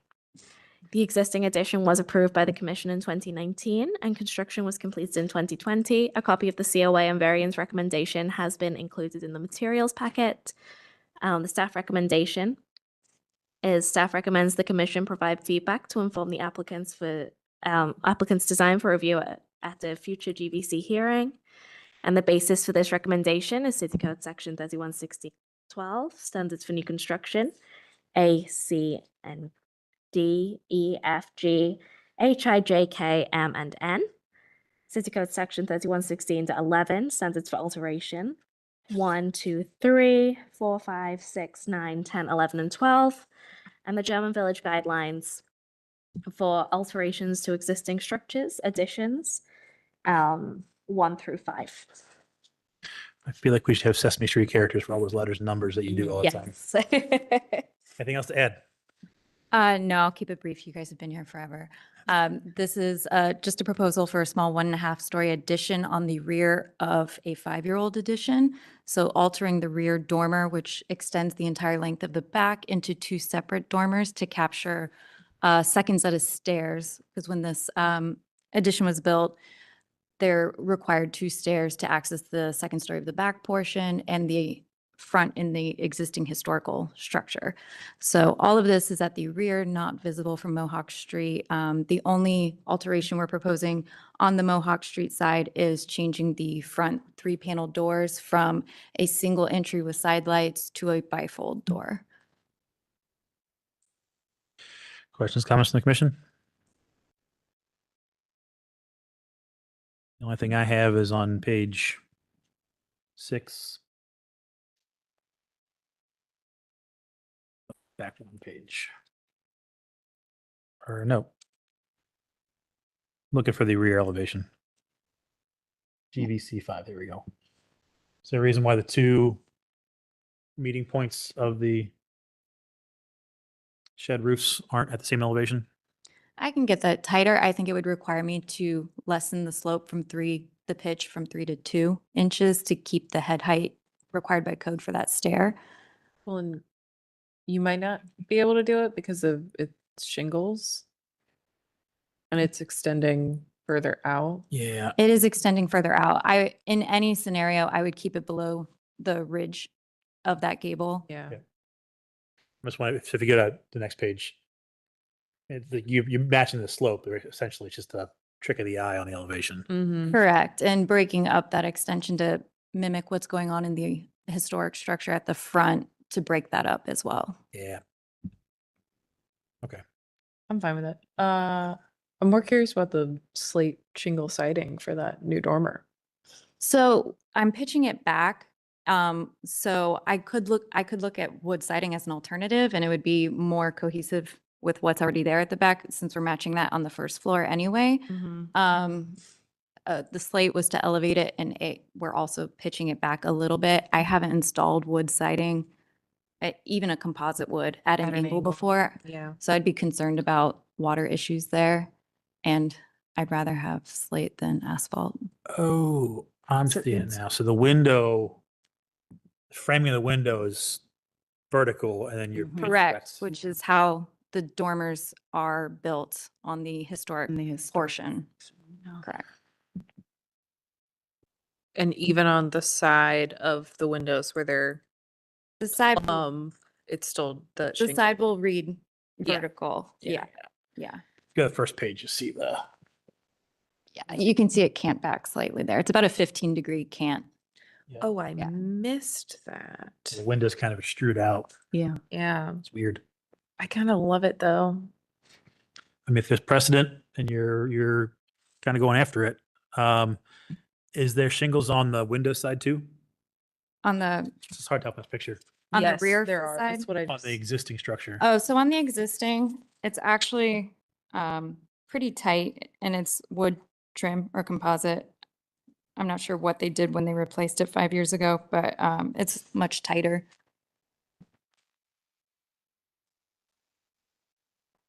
What, I mean, it, All right, here.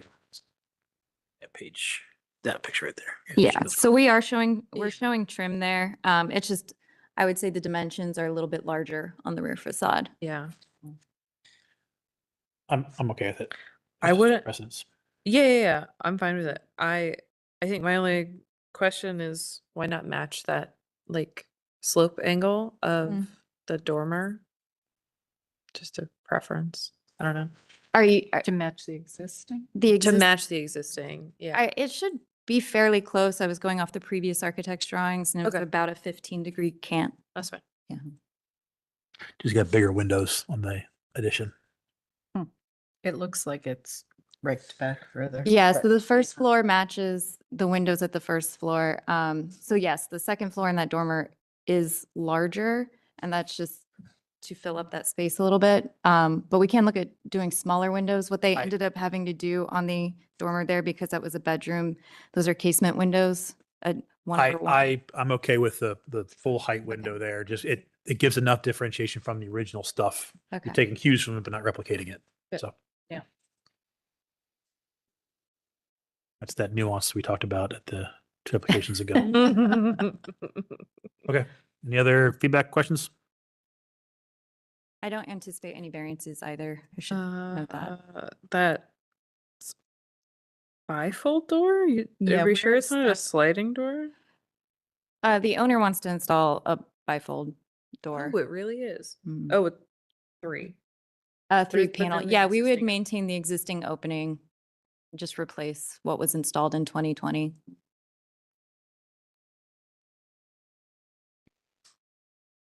Okay. Great.